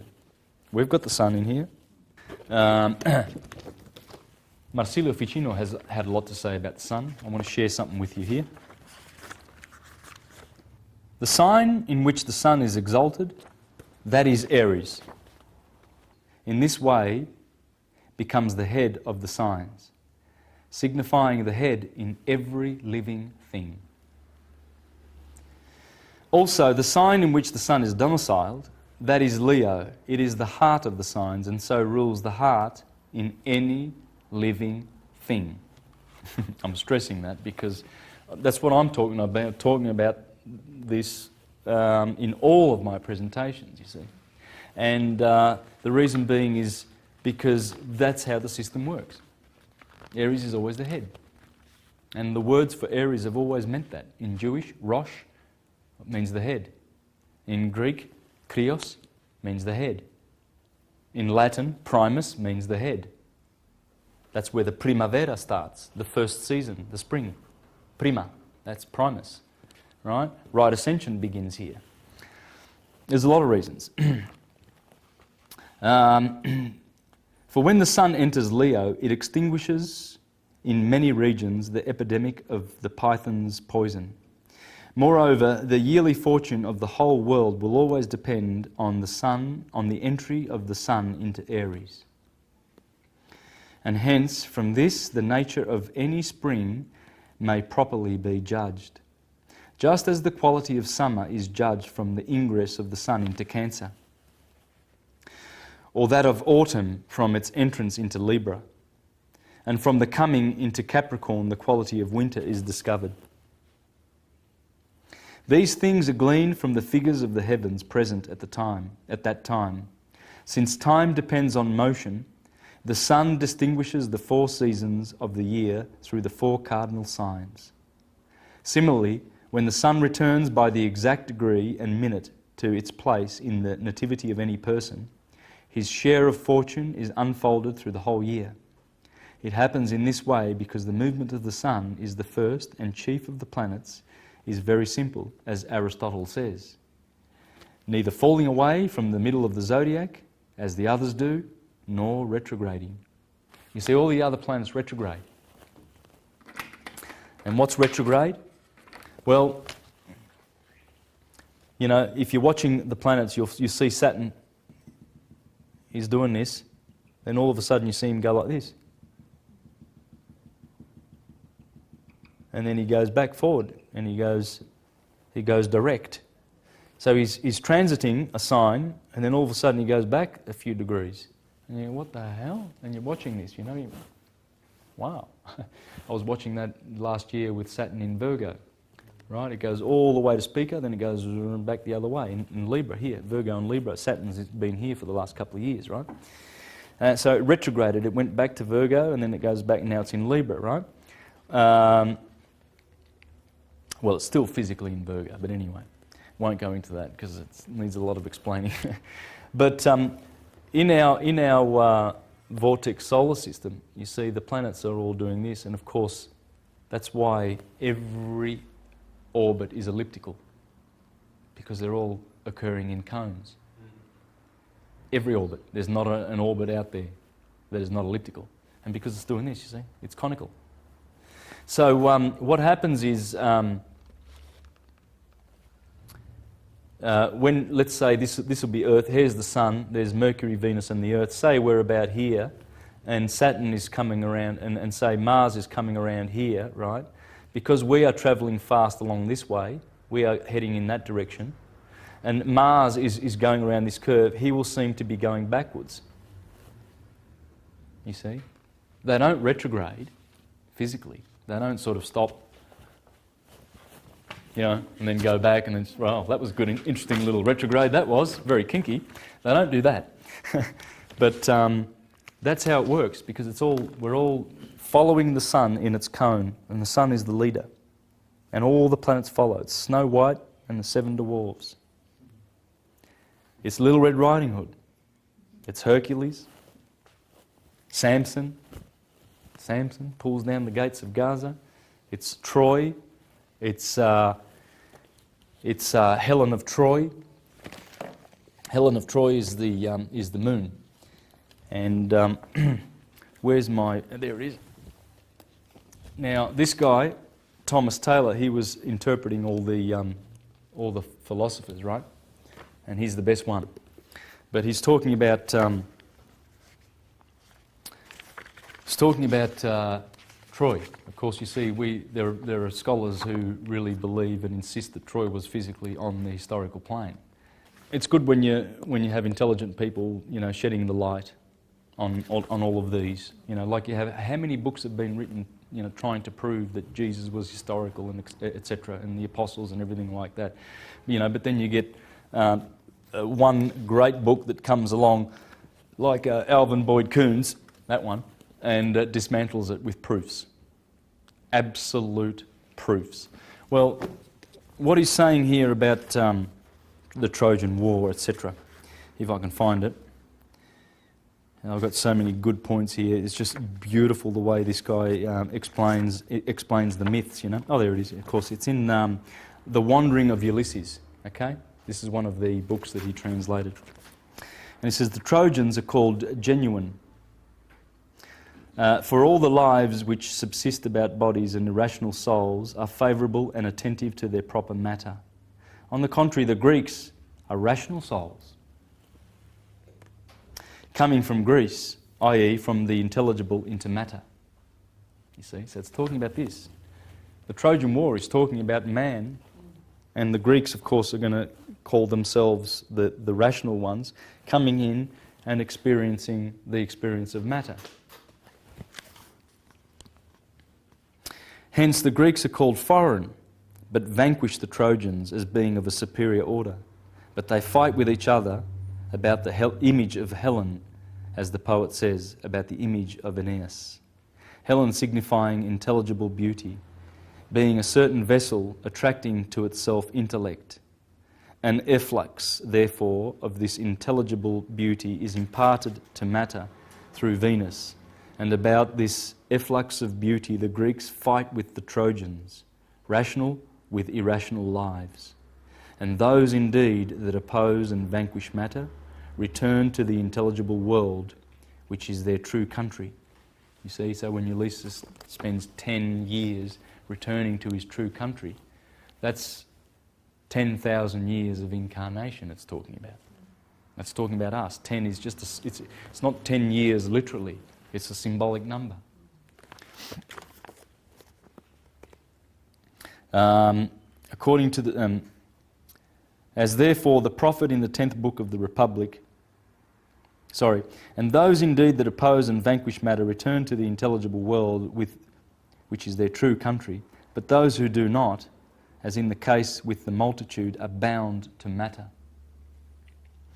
As therefore the prophet in the 10th book of the Republic, previously to the descent of souls, announces to them how they may return to their pristine felicity according to periods of 1,000 and 10,000 years. Thus also Calchas predicts to the Greeks their return in 10 years, the number 10 being the symbol of a perfect period. And as in the lives of souls, some are elevated through philosophy, others through the amatory art, and others through the royal and warlike disciplines. So with respect to the Greeks, some act with rectitude through prudence, but others through war or love, and their return is different, according to their different pursuits. And that's how they all return back to Greece. Now, the best of the Jewish wisdom that you can get will come from the Sefer Yetzirah and the Zohar. Okay, these books perfectly explain all of this science. Okay, and in the Zohar, it's interesting to note in one of the books in the chapters in the Zohar, it talks about how to look at the Torah. And in here it explains that we must not look at the Bible, the Torah, as a literal document. Because the Jews gave us these silly stories. On a literal plane, they're silly, but they're wise stories. You know, they're hiding a great kernel of truth. You know, like a silly story like Humpty Dumpty sat on the wall, Humpty Dumpty had a great fall. All the king's horses and all the king's men couldn't put Humpty together again. Well, the origin of this is very simple, to people who are thinking. They don't need to, do too much thinking. That would be a happy egg, wouldn't it? Full moon, and in the ovaries that would be the egg. Right? So the moon, she climbs up. New moon, she climbs. There's quarter moon, quarter sun. And she keeps waxing. And finally she gets into her kingdom. She's full and glowing. That's Mary Magdalene. That's Helen of Troy. This is Troy. This is Troy. Right?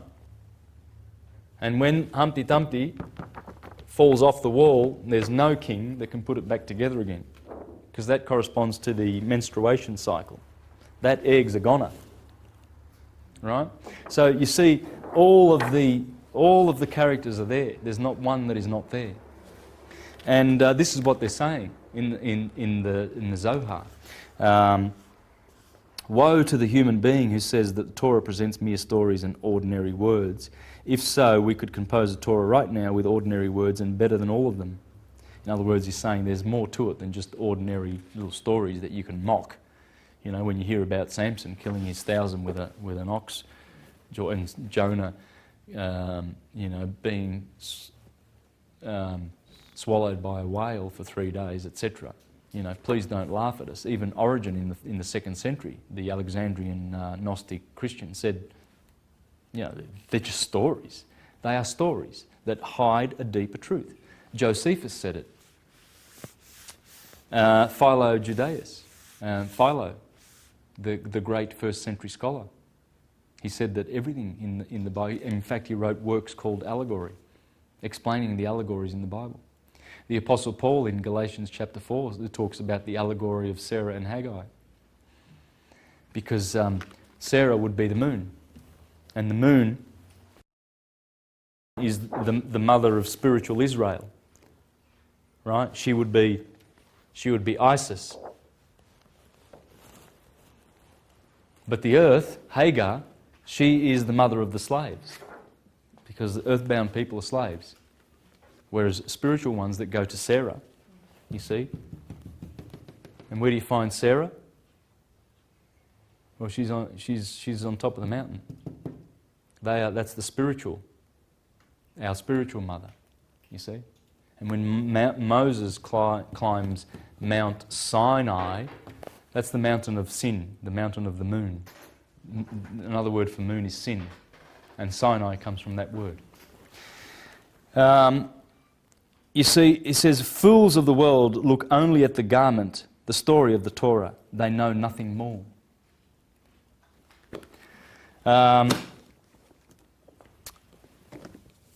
Thomas Paine, who was a Hermetist, I'm going to wind up in 5 minutes. Thomas Paine, who was a Hermetist,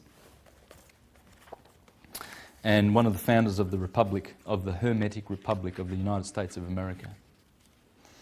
And he said, as to the Christian system of faith, it appears to me as a species of atheism, a sort of religious denial of God. It professes to believe in a man rather than in God. It is a compound made up chiefly of manism, but with but little deism. And it is near to atheism as twilight is to darkness. It introduces between man and his maker an opaque body, which it calls a redeemer. As the moon introduces her opaque self between the earth and the sun, and it produces by this means a religious or an irreligious eclipse of light. It has put the whole orbit of reason to shade. The effect of this obscurity has been that of turning everything upside down and representing it in reverse. And among the revolutions it has thus magically produced, it has made a revolution in theology. As to the theology that is now studied in its place, it is the study of human opinions and of human fancies concerning God. That's all it is. You go to church, you go to Jehovah's Witnesses, human opinions, buffoons. Go to the Mormons, same crap. Seventh-day Adventists, all of them. They've all got their patented version of the same rubbish lie from Rome. It is not the study of God himself in the works that he has made, but in the works or writings that man has made. That's what the churches are up to. Yeah. And it is not among the least of the mischiefs that the Christian system has done to the world that it has abandoned the original and beautiful system of theology, the Prisca Theologia. He knew it. And to make room for a hag of superstition. And you need to read what he says. He calls Christianity a dag on the spiritual evolution of the human race. A dag, like a sheep has a dag on its bum. That's what Christianity is. It's like a dag dragging us back into the world of superstition, killing scientists like Galileo Galilei and murdering prophets of this true wisdom. The age of ignorance commenced with the Christian system. But the Christian system laid all waste. And if we take our stand about the beginning of the 16th century, we look back through that long chasm to the time of the ancients, as over a vast sandy desert, in which not a shrub appears to intercept the vision to the fertile hills beyond. It is an inconsistency scarcely possible to be credited that anything should exist under the name of a religion that held it to be religious, to study and contemplate the structure of the universe that God made. So he's saying that Christianity has been opposed to the study of the universe, how God made it. It's been opposed. That's the enemy, Thomas Paine. That's what caused Teddy Roosevelt to call him a filthy little atheist 100 years later. Because, of course Teddy was, a corporate buffoon who wouldn't know what an atheist is. He wouldn't know what Thomas Paine was anyway. He's just happy to vomit out his rubbish, like all the rest who came subsequent to the period of 1871 when they founded the Corporation of the United States, which is not the Hermetic Republic, Constitutional Republic of the United States of America. You see, everywhere where Hermes goes, he brings liberation. He did so to the Waldenses and the Lollards and the Huguenots and the Socinians and the Collegiants and the Anabaptists, etc. How many organisations, the Bogomils, the Cathars, the Albigenses, the Jews in Spain that were persecuted through the Inquisition. That was 1,000 years ago. And then the Renaissance came and they squashed that with the Reformation and the Counter-Reformation. And then the Republic came and set itself up. And this is all Hermetic. But then the Vatican saw what was happening over in the new lands and it sent its banksters over to trick people. Andrew Jackson, the 7th President of the United States, says, "I killed the banks." Thomas Jefferson said, democracy is mob rule. We heard what Thomas Paine says. Thomas Paine also says that the Christian religion is a parody on the sun. I've got all those quotes. I've done them in other presentations. So these Hermetists tried to save the New World, but the Vatican came a-calling. After the death of Abraham Lincoln, they set up in Washington, D.C., a corporation called the United States, headed by the Vatican. That's why you have the two fasci in the Congress in America. The fasci belong to Rome. Rome tells you where it's ruling and who it's ruling and sodomizing. It makes fools and slaves out of the world. So this information is the information that frees, and I hope that you've enjoyed the presentation and urge you all to continue studying this stuff. Grab a book, a notepad, and do this. Do the zodiac, this wheel. This is the wheel that we were blessed with. That's why this is the most known symbol in the universe. This is our science, and no one shall take it away from us. It's coming back, and it will absolutely free mankind in the very, very near future. And it will destroy the fictions of false religion. Absolutely obliterate them. It was prophesied. Hesiod prophesied it. Hermes prophesied it. They all said it. All the prophecies know that when this age comes and Saturn returns in Aquarius, big time truth. He's a truth dealer. Oh yeah, that's why he's got the scythe. He gives you life in truth and he takes it away. Everything is just with Saturn. So enjoy the Prisca Theologia, and please continue to be prosperous in this information and spread it abroad, and we can help our brothers. And with that, I'd like to close and encourage anyone out there who's able to understand what I'm trying to achieve with all of this, and in particular with the 48 constellations, that I want to actually get anyone who knows how to do graphics and has equipment and time and is able to help.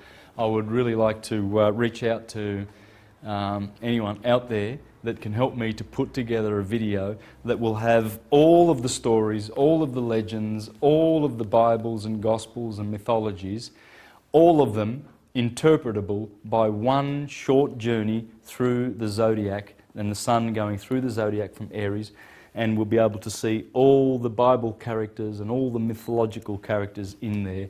This is what I'd like to achieve.